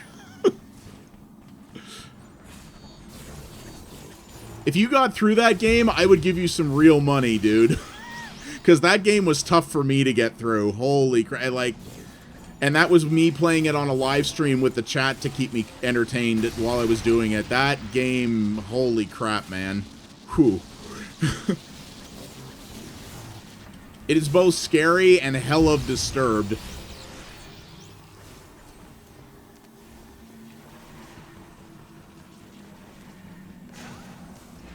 There's actually a sequel coming out this year. That's probably going to be my stretch goal for this, my horror stretch goal for this year. This year's Extra Life is that I'll play through Outlast 2 in one sitting. Because, you know, I like causing myself permanent mental damage. It's entertaining.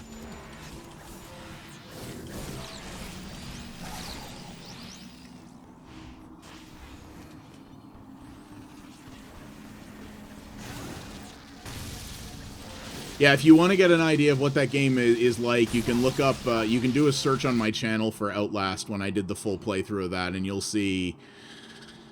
Whew, yeah, you'll see something with that game. Holy jeez. There is a lot of graphic violence, and in a couple of occasional spots, there is also Wang in that game.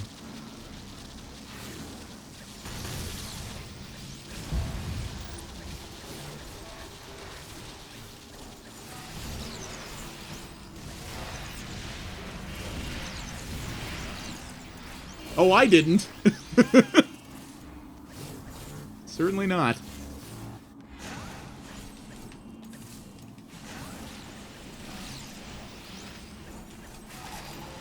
This is why I'm glad I'm on the winning team this time, because I can actually friggin...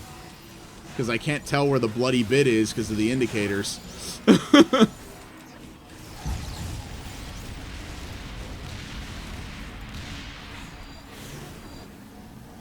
It's disturbing, Wang. There's no doubt about that.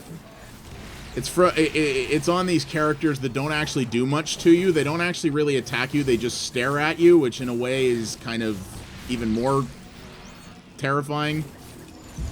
Because they're just like, yep, we're just here, and so are these. Enjoy. And I'm kind of like, no, I don't think I will.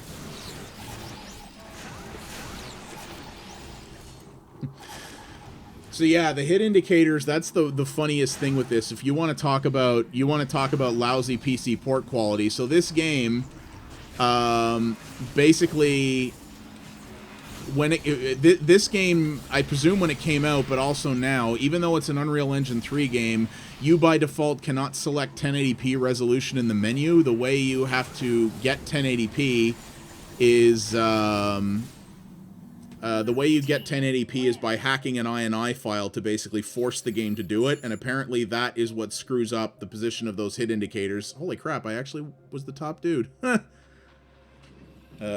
Apparently, that is how you actually get that's what screws up the hit indicators, because the game's UI is not designed to work that way, which is just... That's some A1 porting right there, boys. I don't understand why they left out 1080p. It goes up to, what, 1680 by 1050, and then they... Yeah, which is a 16 by 10 resolution, too. Yeah, what the hell? Which is friggin' weird. And yeah, and it was in 2010. It's not like 1080p wasn't a thing you could do at the time. Right. Like, I was playing 1080p games on this PC in 2011, for crying out loud. But, frig, I don't know. This game was ported by a Chinese developer that principally did mobile games, and which Disney later bought to do mobile games, if that gives you any indication. If you actually try to go to the website for GameStar now, it actually just is a domain parking page. Oh, really? Well, when Disney bought them, they absorbed them, so their brand went away. So they just let their website go, I guess. But ironically, Tron Evolution has better key rebinding options than Tron Runner. Go figure. Which is to say, it has them, even though they don't entirely work. They do exist. Right. Yeah. It's problem number 1794 with Tron Runner. an Unreal Engine 4 game in 2016, and you can't rebind your keys. Or quit it unless you know the one key you have to press at the one screen. Right. Insane. And it just blows my mind that that was a game that came out on consoles, and that, like, I have an HDMI, I have a 50-foot HDMI lead that connects my PC to my television, and, you know, if you boot up in big picture mode and play the game that way, you literally can't quit it unless you go back to your PC. I know. It's just, god damn it, what? Like, people are playing in a Steam Big Picture or whatever, you know, it's like, what the hell? You have to actually get up and... Yeah! And, like, I get Steam open platform and all that, but this is one of those few times when I'm kind of like, you know, a Steam certification process would not be a totally horrible thing. Well, somebody from Disney posted in the forum to a topic that I started about this stuff, you know, like... Here are the many problems with this thing. Yeah, and the rep said, oh, okay, well, we've made notes, so it's like, oh, okay. We'll pass that on to whatever intern at Sanzaro is technically working on patch support for this game. Pretty much. Yeah. Assuming Sanzaro doesn't hate Disney now and isn't just like, screw you guys, this game is out, we're never touching it again. Yeah. Disney doesn't exactly have the greatest track record with updating their games. No, certainly not. Yeah, I suspect, since mobile and Disney Infinity have been doing so incredibly well for them, I suspect it's kind of like I said in my video with the weird pricing model and stuff like that, the weird pricing model and stuff like that, that felt like some kind of weird experiment for them. I suspect that's going to be the last console/PC thing they do anything with for the foreseeable future, with the exception of Infinity. Because Disney Infinity basically prints money for them, as do most of their mobile games. It's terrible too. Is it? Yeah, that's what I'm hearing. Like, I've never touched any of the Toys to Life games. They just don't interest me in the slightest. But they don't have any multiplayer on the PC version. You can't play with other people. Oh yeah, the PC version of Infinity is garbage. As is the PC version of the well, the PC version of the what do they call them? Skylanders things is basically like crappy Flash games. It's not even the full product. I know Infinity, from what I've heard, I know a lot of people are really into the console version, but I mean, they're mostly, as all those games are, they're for kids. They're not really for adult players. There apparently there's Tron stuff. Is there Tron stuff in Infinity? Yeah. There is, yeah, that's what I thought. Yeah, you can make your own Tron toy boxes, your own custom area. Well, at least they did that much, I guess. That's People will something. probably kill me for saying it, but Tron stuff in Disney Infinity, it's kind of like Roblox. You know, it's kind of like pre-made stuff that you put together. Okay, yeah. Create your own custom environments and stuff like that. Right, okay. Whoops. I'm not sure, honestly.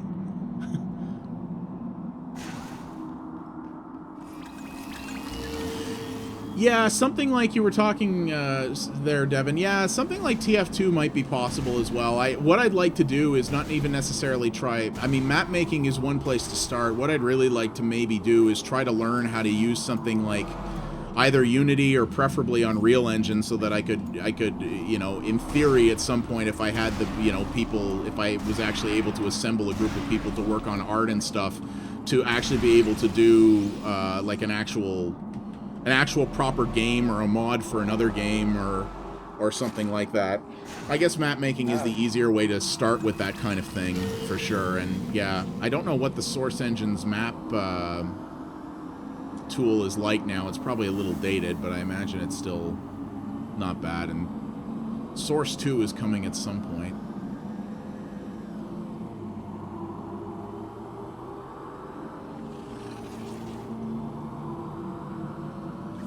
Yeah, Infinity, they're up to what? They're up to 3.0 now, right?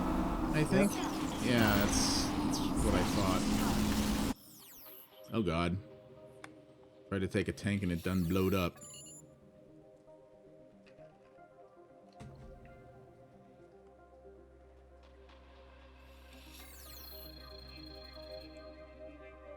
Alright, so that's all the core game modes. We still got a decent group of people in here, so let's do... I'll actually try, didn't actually try team disintegration, so let's give that a shot. Since we have enough people, we should be able to do that. Let's go... Yeah, let's try that. Alright.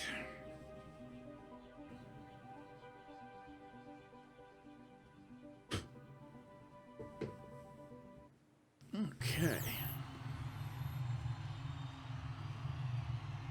3, 2, 1. Let the games begin.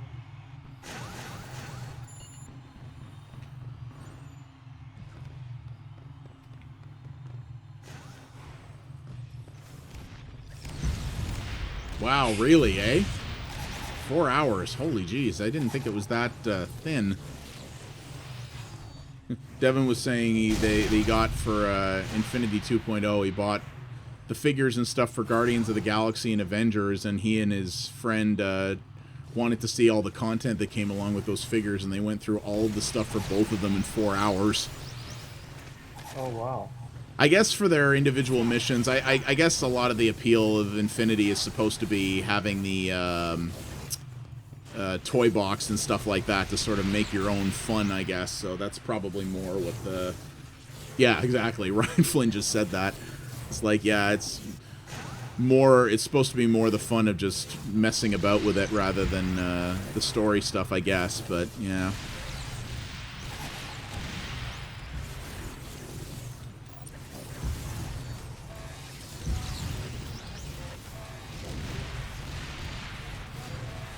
Ah, baga. There we go.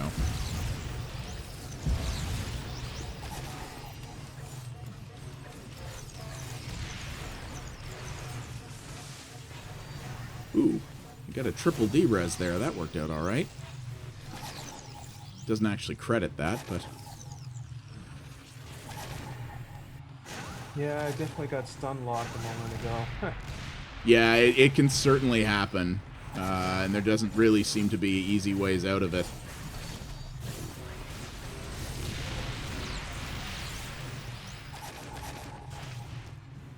Yeah, they just needed to give you like a few invincibility frames to recover out of something. That's definitely something they could have fixed.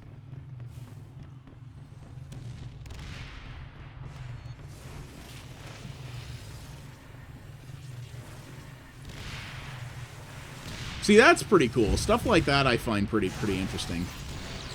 And yeah, that's the one thing I've heard that is neat about Disney Infinity is that if you want to if you have access to the toy box mode and really do want to put in the time, you can make some pretty rad stuff in that. Their engine is fairly flexible and lets you do some pretty cool stuff, especially on consoles.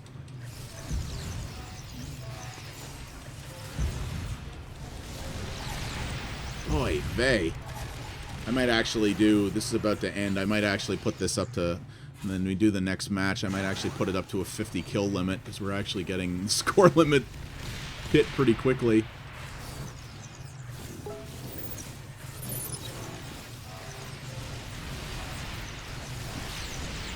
Orange team wins.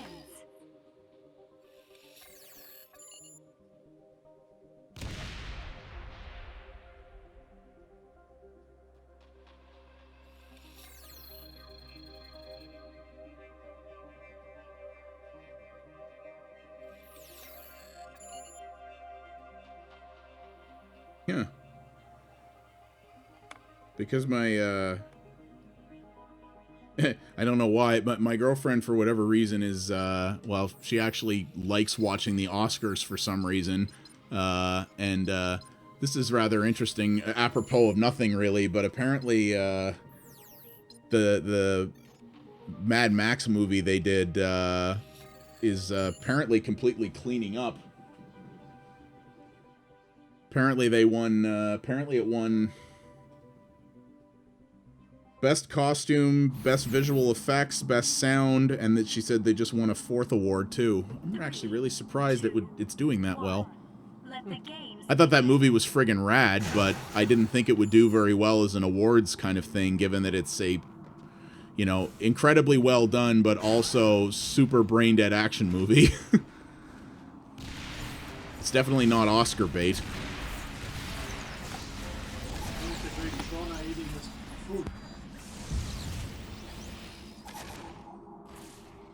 I freaking need to watch that movie again.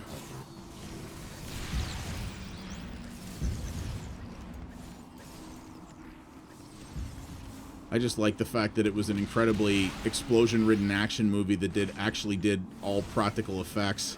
Don't get that anymore.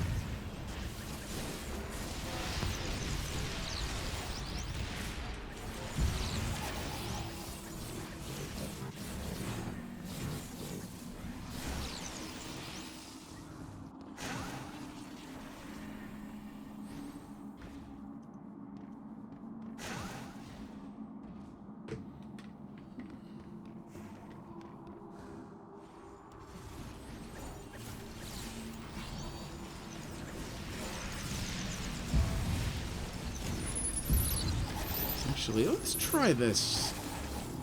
This good.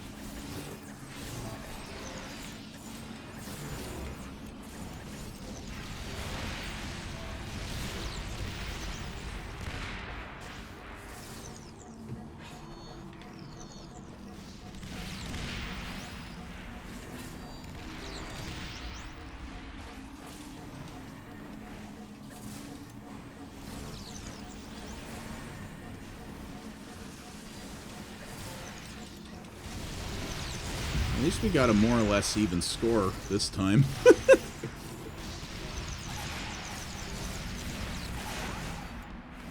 Yeah, well, that's what I was wondering with that, Devin. Are they going to hit... they've got to be hitting a wall. Yeah, well, Skylanders is a little different, because Skylanders is mostly just Activision. Like, they can invent or repurpose really, really old IP for Skylanders. You know, it's not like they can make Skylanders like this year with the guy from this Call of Duty game that nobody remembers. But I was wondering with Disney Infinity what they do once they started to run low on characters. I was wondering if they were ever going to do something like... I mean, they still have a lot of untapped Pixar characters they could use, don't they? And for that matter, Marvel stuff. Like, I guess they could start digging deep into some of the more... you know, the lesser-known Marvel characters or something like that. Marvel's got a miles-deep roster they could go to, I guess.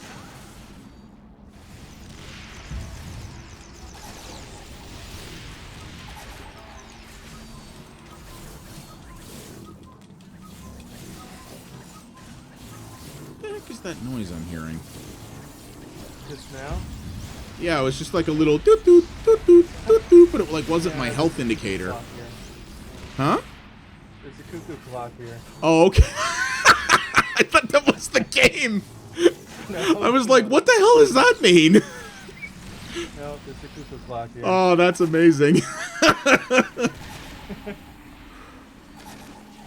probably hear my guests, too, sometimes in the background. A little bit, but not too much. If they're coming, if they are, it's their, yeah, maybe the game sound is drowning it out, but that's pretty funny. Yeah, that's true. They could do a lot more with Star Wars. I guess Star Wars was the big focus of 3.0, right? I want to say it was. And I guess they didn't add every character from the... At least at launch, they didn't add every character from Episode 8 because they didn't want to... They didn't want to... you know, the same reason they didn't reveal it in toys and stuff. They didn't want to spoil the movie before it came out. So, yeah, I wonder.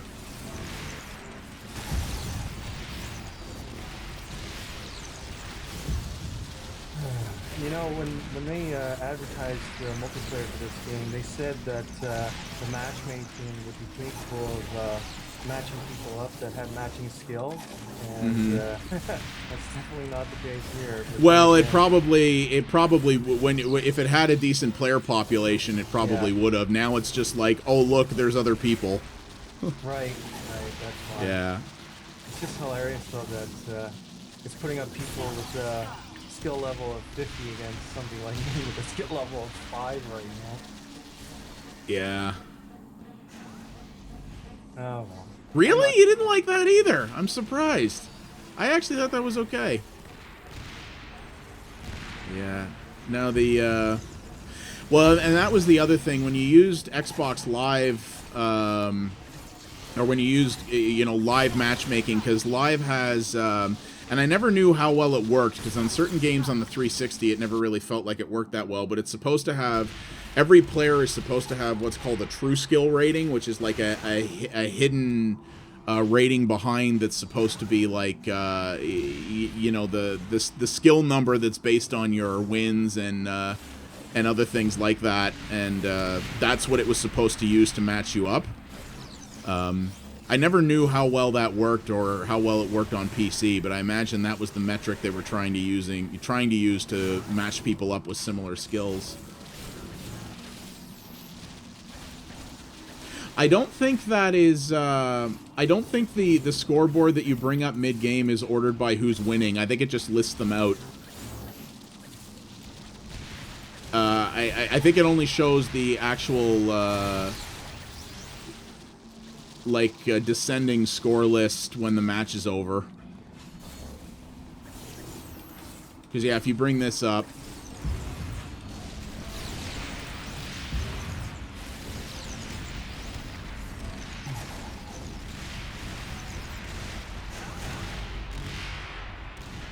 Look at all those explosions. Seriously, holy crap. Yeah. Yeah, that was a Tron cultural reference there, Devin. That's like Pistols at Dawn. Somebody said meet me in the game grid, and he was like, this game? I don't have this game.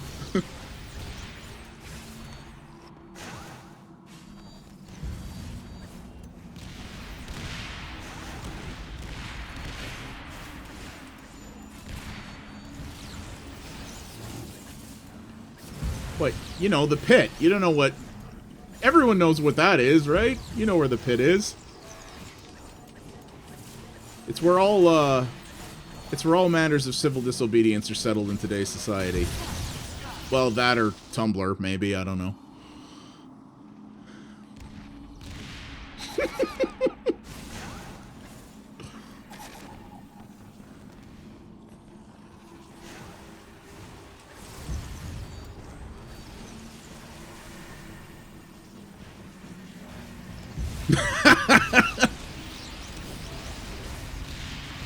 Match point.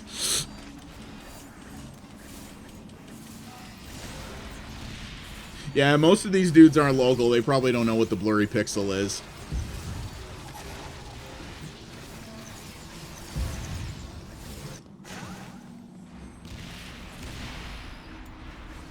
I'm trying to get a group of buddies together to go down there for an afternoon when the next international happens for Dota. Even though I don't play Dota, it's I wouldn't mind spending an afternoon there just drinking and watching people play a game I can't possibly understand.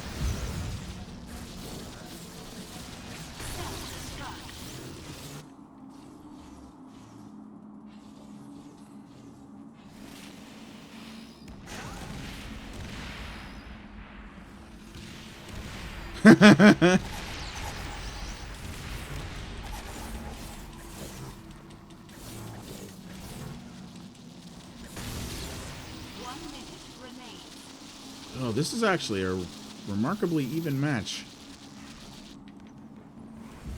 Even though the scoreboard is still friggin', yeah, Kid Zombie is ahead by like 4,000 points. Dude is good at Tron.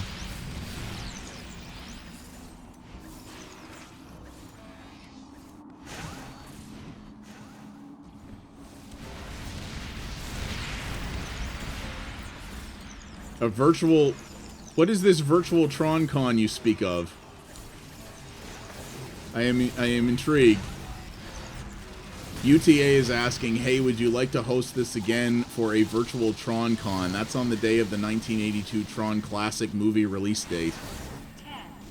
Oh, that's where they stream anything having to do with Tron. Interesting. I mean, it's easy enough to do.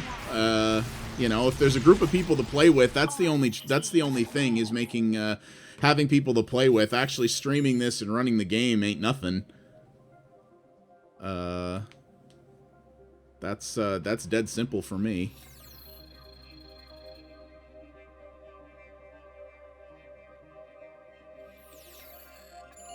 Still All right. terrible, but not as terrible. No, I'm getting a little bit better.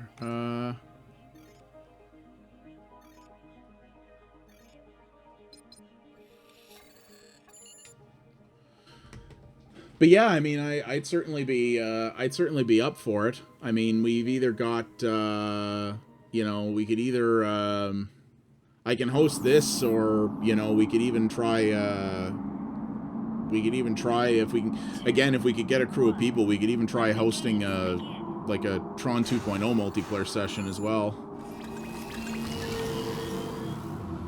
I'd totally be up for that.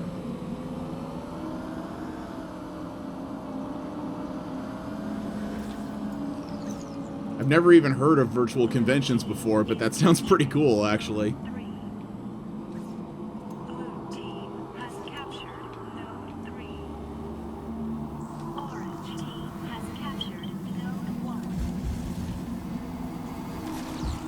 Holy friggin' crap, that was crazy.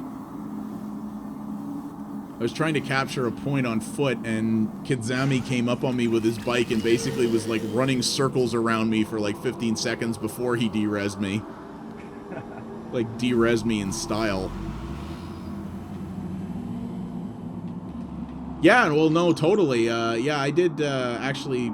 Yeah, LDSO and I did some 2.0 sessions a while ago. So you know, yeah, either that or this, I'd totally be up for doing that. Streaming it is no big deal. That's easy enough to do, and yeah, it's possible to get both games up and running on a modern machine. So that's always good.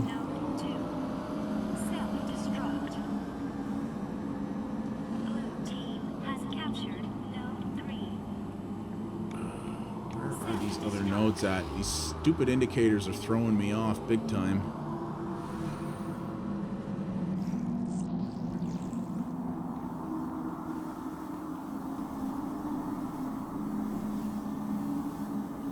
I guess I can't take that because it's not. Okay.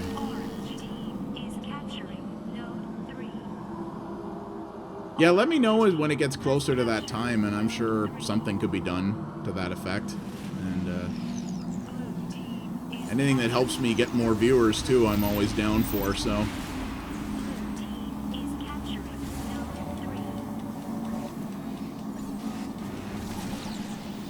Ow. Oh, did I actually manage? You totally did. Oh, that was actually pretty rad.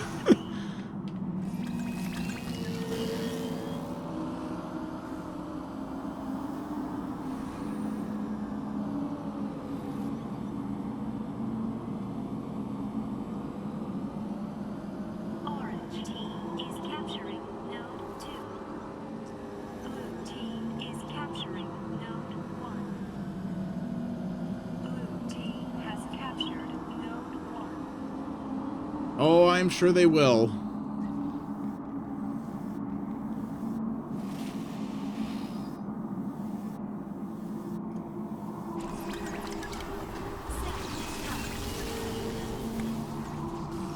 What is... Okay.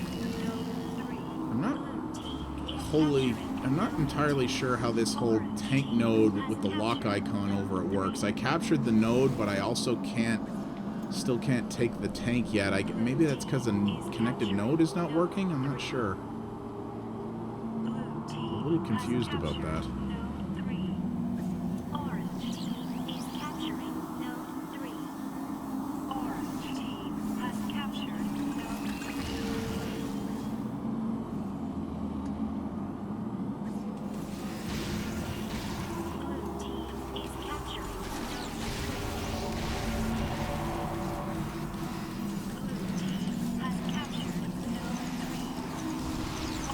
Ah!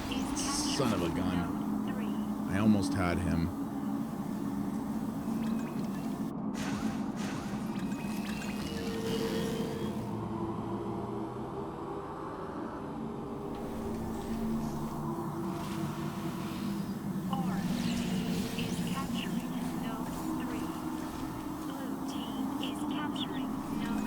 Yeah, that's true. You're probably right there.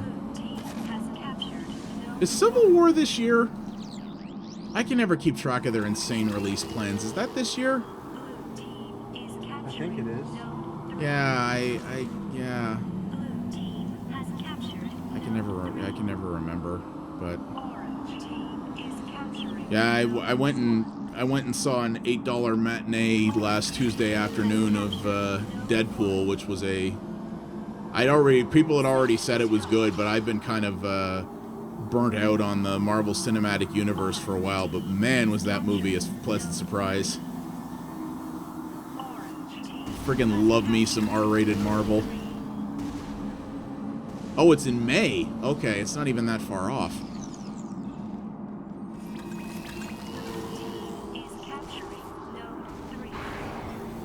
Ow. Ow, I got tanked in the face. Yeah, I wonder if they'll hold true to that or not. That's a good question. Yeah, Deadpool was rad. That's actually one I'm going to buy on Blu-ray when it comes out. I was really... Like, I had a feeling I'd like it just because I find the Marvel, R-rated Marvel stuff far more interesting than the PG stuff, but I didn't think I'd like it that much. My God, did they nail that.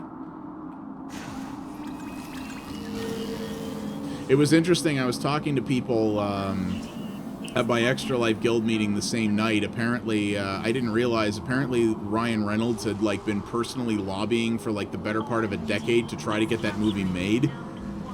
I don't know if it was actually a decade, but that's what somebody said, was that he'd been lobbying for years because he really wanted to play Deadpool, and he managed to convince them to do it. Apparently, Deadpool is not only a massive success because it was so much more popular than everybody thought, but apparently it was only made on like a $50 million budget or something, because that was the only way he could get it greenlit. And I mean, $50 million for a movie like that is like nothing. And apparently it's done so incredibly well now, even because of that. And yeah, it was interesting that was like a passion project for him, and it's turned out to be such a massive hit. And it's shown the studios now, and it's shown Disney that, hey, yeah, Marvel stuff, people actually will like Marvel stuff with violence and language and everything else in it. No, he wasn't. The rumor is, too, somebody was telling me that apparently, in no small part because of Deadpool, that the next Wolverine movie could be R-rated as well, which, a Wolverine R-rated movie? Oh, please. That would be something else. Holy jeez. Let's try this with... Let's try that.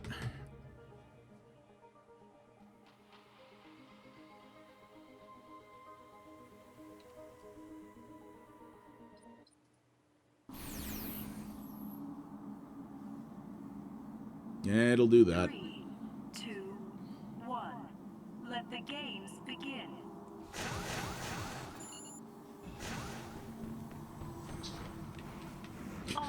Right. Keep hitting the button to bring up my light cycle, and I'm like, right, no, that's not going to work here.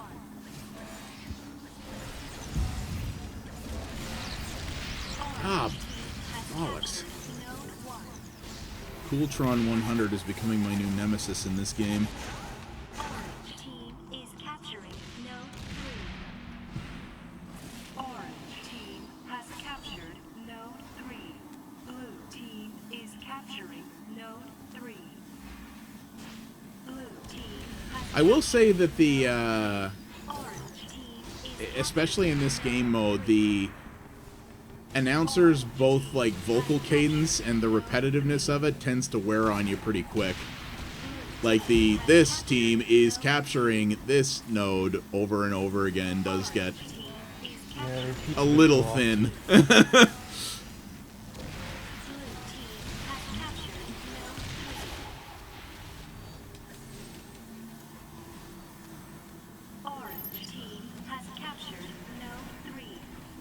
You're just playing it wrong, man. It's not unbalanced.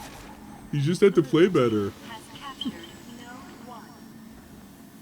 It's not OP, man. It's not OP. Capturing node 3. Blue It's not OP. You're just has UP. captured node 3.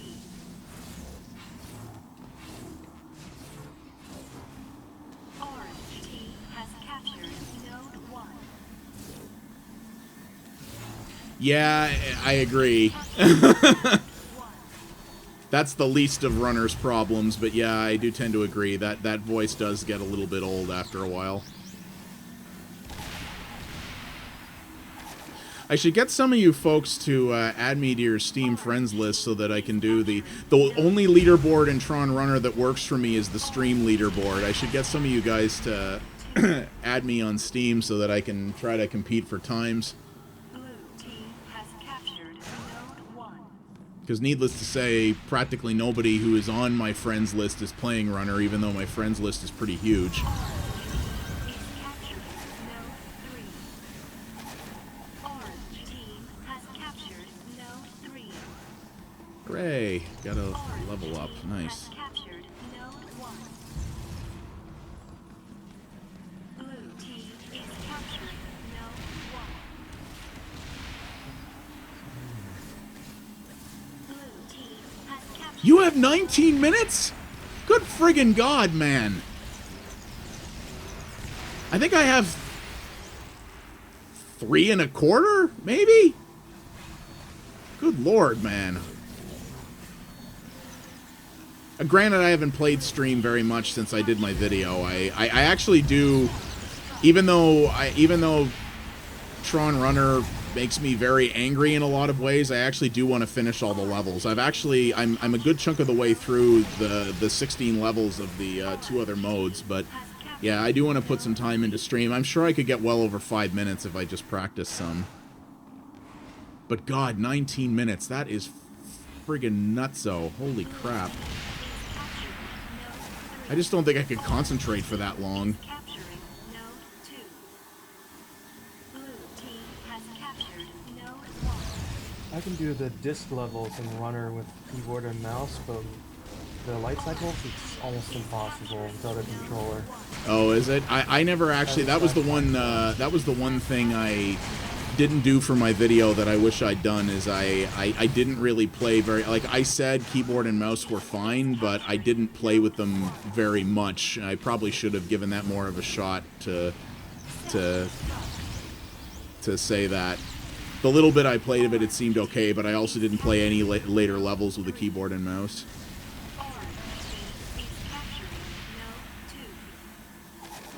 Orange team has captured node 2. Blue team is capturing Slowing down during the, is that what? Yeah, yeah, I could believe that, because I find the cycle part is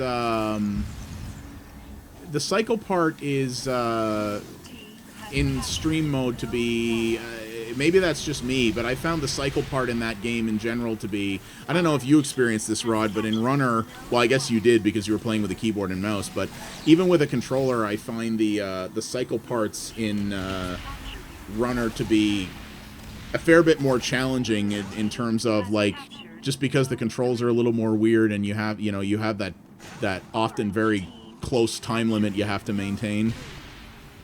Yeah, I agree with you. Yeah. Definitely. Oh, you're in a chat with a bunch of hardcore Tron fans, Devin. If you want to rant about Disney, believe me, there are people here who will rant all day about Disney. I've been trying to go easy on Disney. Yeah, me among them, trust me. I am no fan of what they've done to a lot of things myself. I'm not even, like, I like Tron, but I'm not what I would consider a fanatic of it, but I still look at how Disney has done that and gone, you guys are evil. I used to rail on them in years past, and lately I've been trying to, cool it. Don't be too mean, but yeah, it's Right. it also. Yeah, no, there's a lot to do about it. I was actually reading, and this has nothing to do whatsoever with their treatment of IPs, but I was reading I was reading a story today on, I think it was on Reddit, about a guy who was, it actually struck for me as well, because it was an IT guy from Disney who was actually at I think it was a Senate hearing on foreign workers, and how Disney recently did the really scummy corporate thing of they outsourced a whole ton of their IT people to offshore people, and they basically gave the employees 90 days notice and said, you're spending these 90 days training your foreign replacements, and if you don't, you don't get severance. Yeah, and I mean, that's a very, sadly, extremely common thing in the US these days, but apparently Disney did a bunch of that recently too, and to IT people, and I was just like, you don't even try to make people not hate you, do you? I was just like, oh. The Toronto was it Toronto? No, it was Royal Bank did the same thing up here. Yes, they did, and they actually got in real crap for that, because that type of foreign worker thing is looked upon way worse in Canada than the US. But yeah, man. Yeah, Royal Bank did some of that, but that's the kind of thing that has been making me, as I've been continuing to look for work in the IT world, that has been making me a bit disillusioned, and why I've been trying to focus more on getting an IT job with a smaller company, because this is what a lot of big companies are doing now, is they're moving a lot of IT jobs outside of, either out of the country or just to managed firms, and it's really awful what's happening to a lot of people because of that. Small businesses, at least in the IT field, don't tend to be doing that quite as much, but yeah, it's pretty ridiculous. Yeah, like this IT guy was at like this Senate hearing. He was like breaking down in front of the committee, basically going like, how can you let Disney do this to people?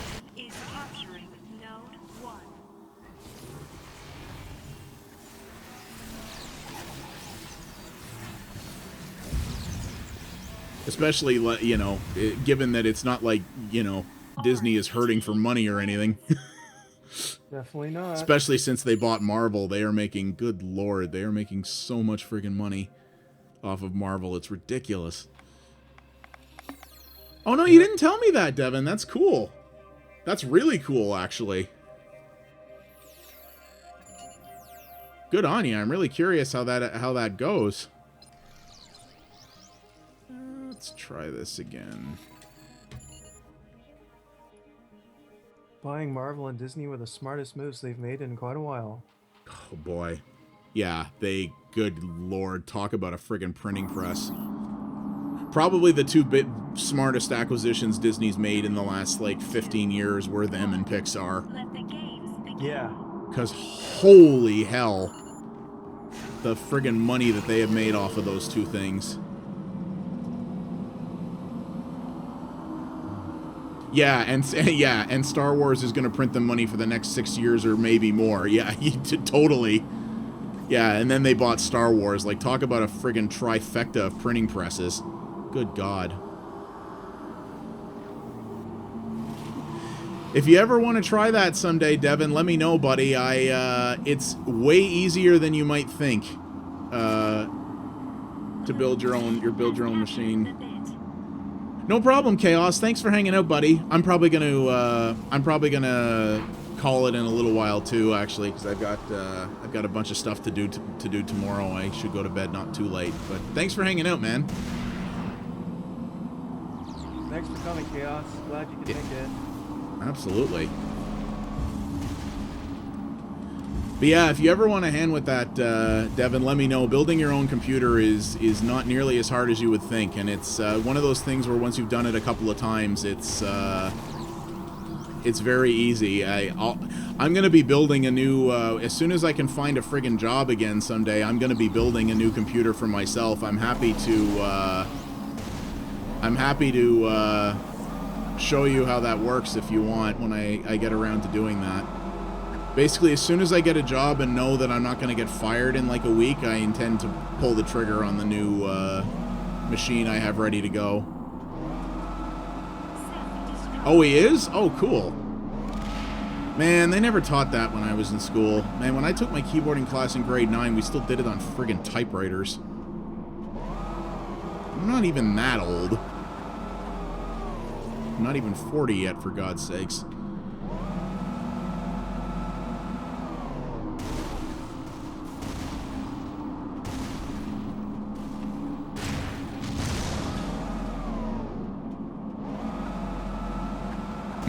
Well, what I'll do there is I'll show you how to build a computer ahead of time. I'll show you how to build a computer when I build my new one ahead of time there, and then you'll friggin' ace the class with nothing. You just walk in and get an A on day one.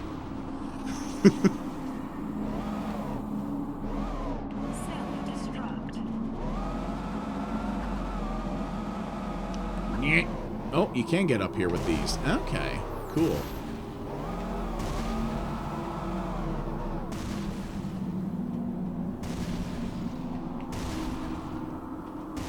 Oh, crap. I got the tank caught on a... Well, god damn it.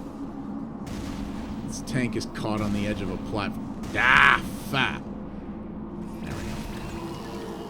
Yeah, in grade 9, we did half the year of my keyboarding class on typewriters. Then we switched to these god-awful... They were actually Atari-branded PCs. They were friggin' like... I want to say 286 8 megahertz machines or something like that. That, didn't even have hard drives in them. And then, yeah, in future years we used slightly newer computers, but I finished high school before they were teaching things like programming as sort of a standard matter of course in high school. I really wish... Sometimes I actually really wish I'd gotten to high school a couple years later. I could have maybe gotten a better foundation for that stuff.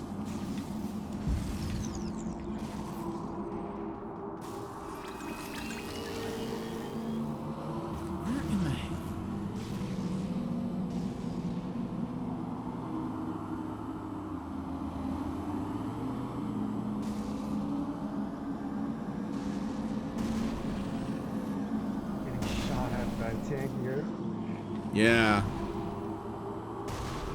My team is pretty much dominating, but I'm trying to find where the hell the...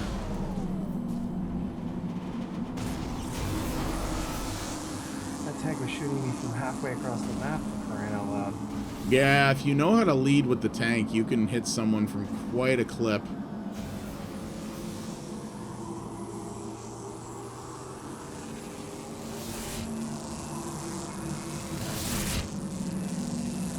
Something is... Somebody was right on me there.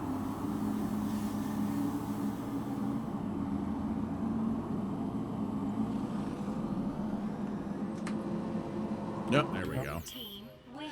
Alright, well, let's pick one other random one here, and then I think we'll call it at that point. But, yeah, this multiplayer mode is certainly not faultless, but it's for a game that was made in like no time, it's not bad actually, and it's pretty robust. And yeah, I like the map designs; they're pretty cool. It would have been nice if we got more, like you said, if we got more friggin' maps in this PC version. But yeah, that would have been pretty awesome.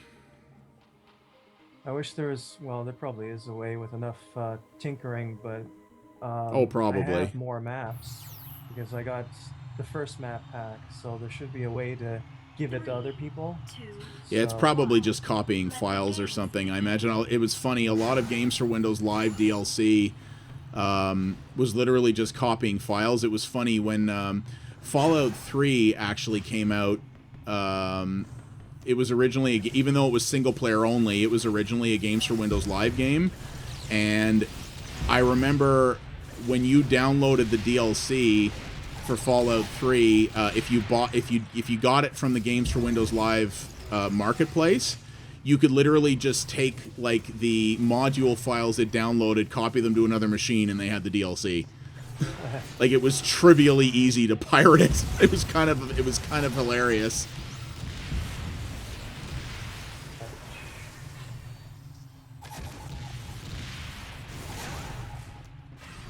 Yeah, that was another game. That was a game where at the time I was just like, why? This doesn't even have multiplayer in it. Why are you bothering? And I think it was because they were going to use the, before Bethesda became a very big Steam-friendly company, I think they were probably using that just because it was an easy way to distribute the DLC for the game. But yeah, they were another game that ripped the Games for Windows Live out.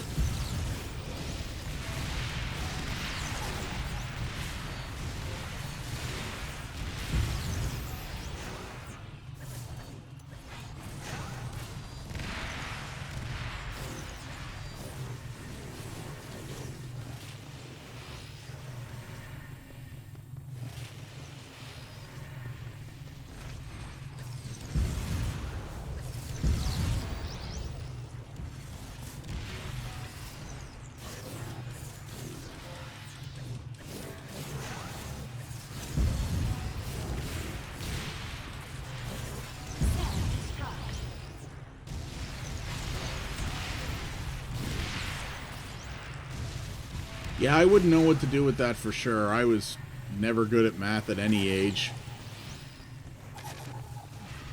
Oh, I'm terrible at math. Oh God, math and French were the two things I was never good at in school. I was competent or reasonably good at almost anything else, but yeah, I barely squeaked through all my math stuff, and I friggin' bombed French.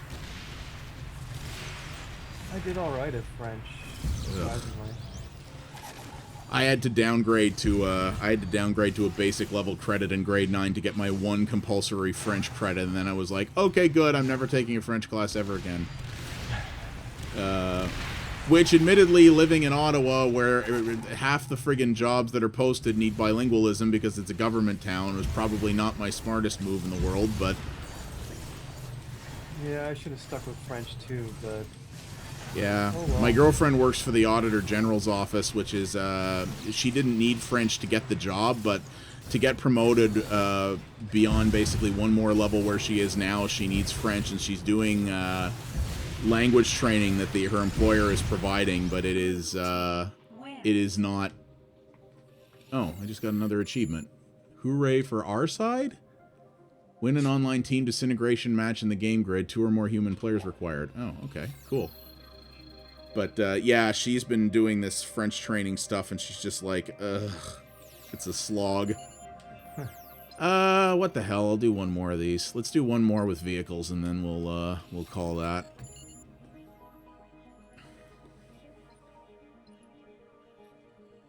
Why not? But yeah, UTA, if you're still in the chat here, I mean, when that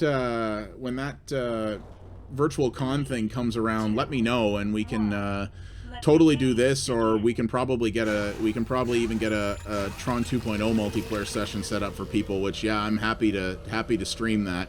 One thing that's nice is my YouTube channel's not super popular, and I don't tend to get more than a few views on any stream. But anytime I'm streaming something Tron, I've got a small group of people a pretty decent group of reliable people who always show up. So hey.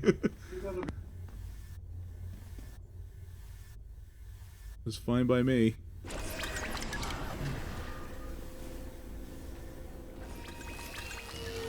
Yeah, when that's coming around, yeah, let me and LDSO know, and I'm sure we can figure something out for that. Whoa.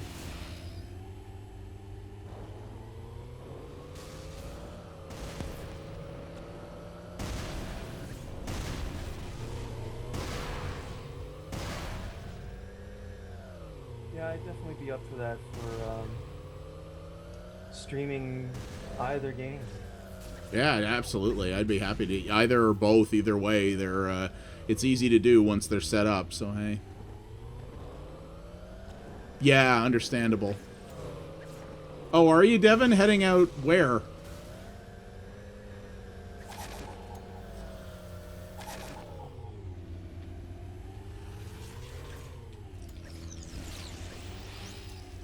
Oh, wow. I got a lot of XP for that.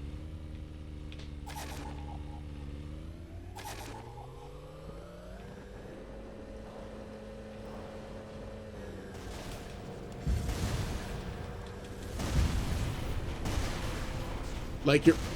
Oh, dear. Got run over by a friendly tank. All it did was send my bike on its side. It was actually pretty amusing. But, like, are you aiming for, like, a particular place in particular, or... Like Europe, or... Oh, okay. Ugh. Yeah, it would take a pretty massive opportunity to make me even consider going there these days. Oh, that'd be interesting.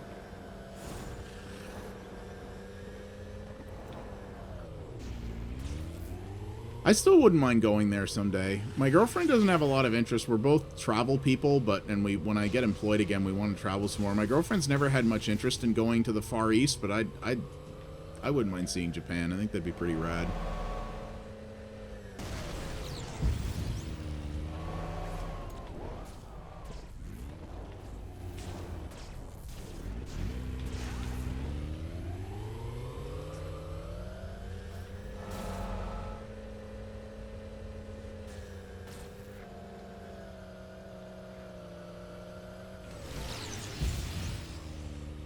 Well, that would be a hell of a thing.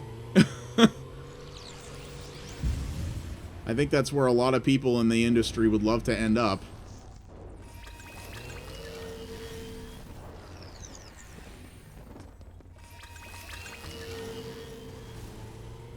Nintendo just needs to open an office in Ottawa and start hiring IT people, and I would totally work for them. Though I don't know, my girlfriend's expressed an interest before in maybe moving somewhere else in Canada or whatever, and I've never lived anywhere else but Ottawa, but yeah, I probably would. I'm more and more I'm thinking it might be interesting to do. I have a couple of, my mom lives here, and I have a couple of real life friends I'd miss, but a lot of my friends are online these days, and I can communicate with them wherever I am.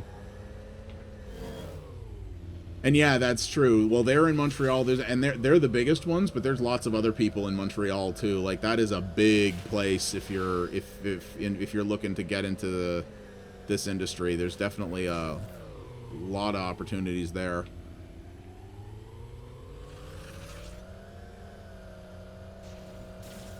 Actually, way back when Warner Brothers Montreal was hiring an IT job that I didn't apply for because I was at an employer I was happy with at the time, but I might apply for that today if that was still around.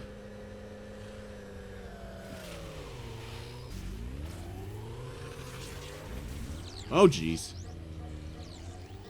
How did I de-res him? Oh, I see. Holy crap, I'm actually doing really well at this mode. Yeah, that's kind of what I'm thinking of. I'm thinking one of these days of grabbing myself Unity or Unreal and screwing around with that and seeing if I actually had the chops to make something. Because I've got a lot of ideas for things I would love to make if I had the means.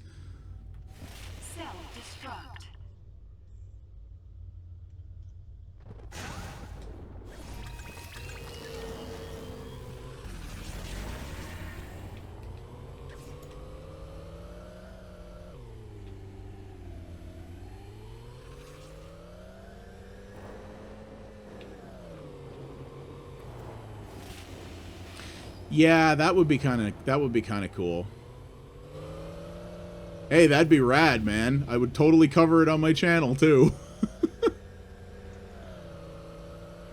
It's actually Gerry, but I don't take offense. Most people spell it that way, so I'm not that picky about it. I don't correct people when they mess it up, unless it's like a call center or a government office.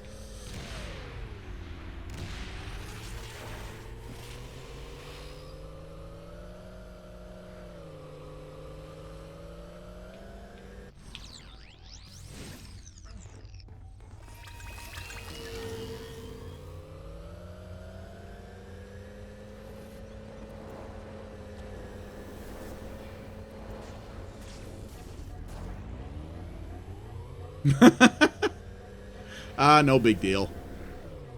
Like I said, I don't take offense.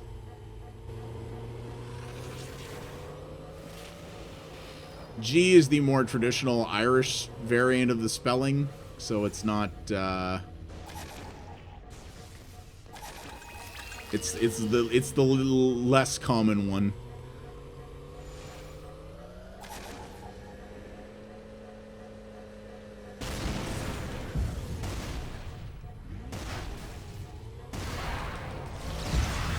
Ah, frig.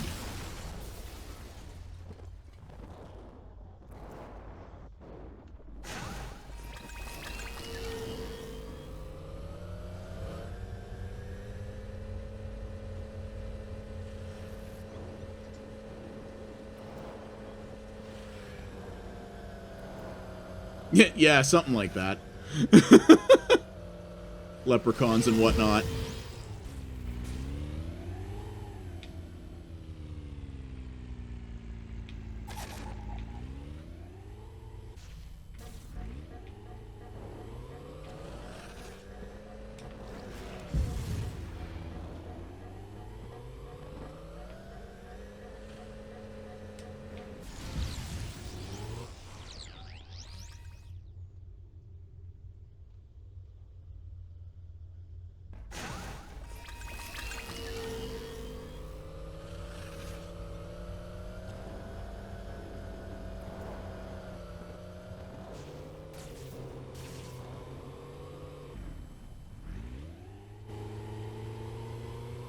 Self-destruct. I'm gonna try to make it count in the last minute here. Yeah.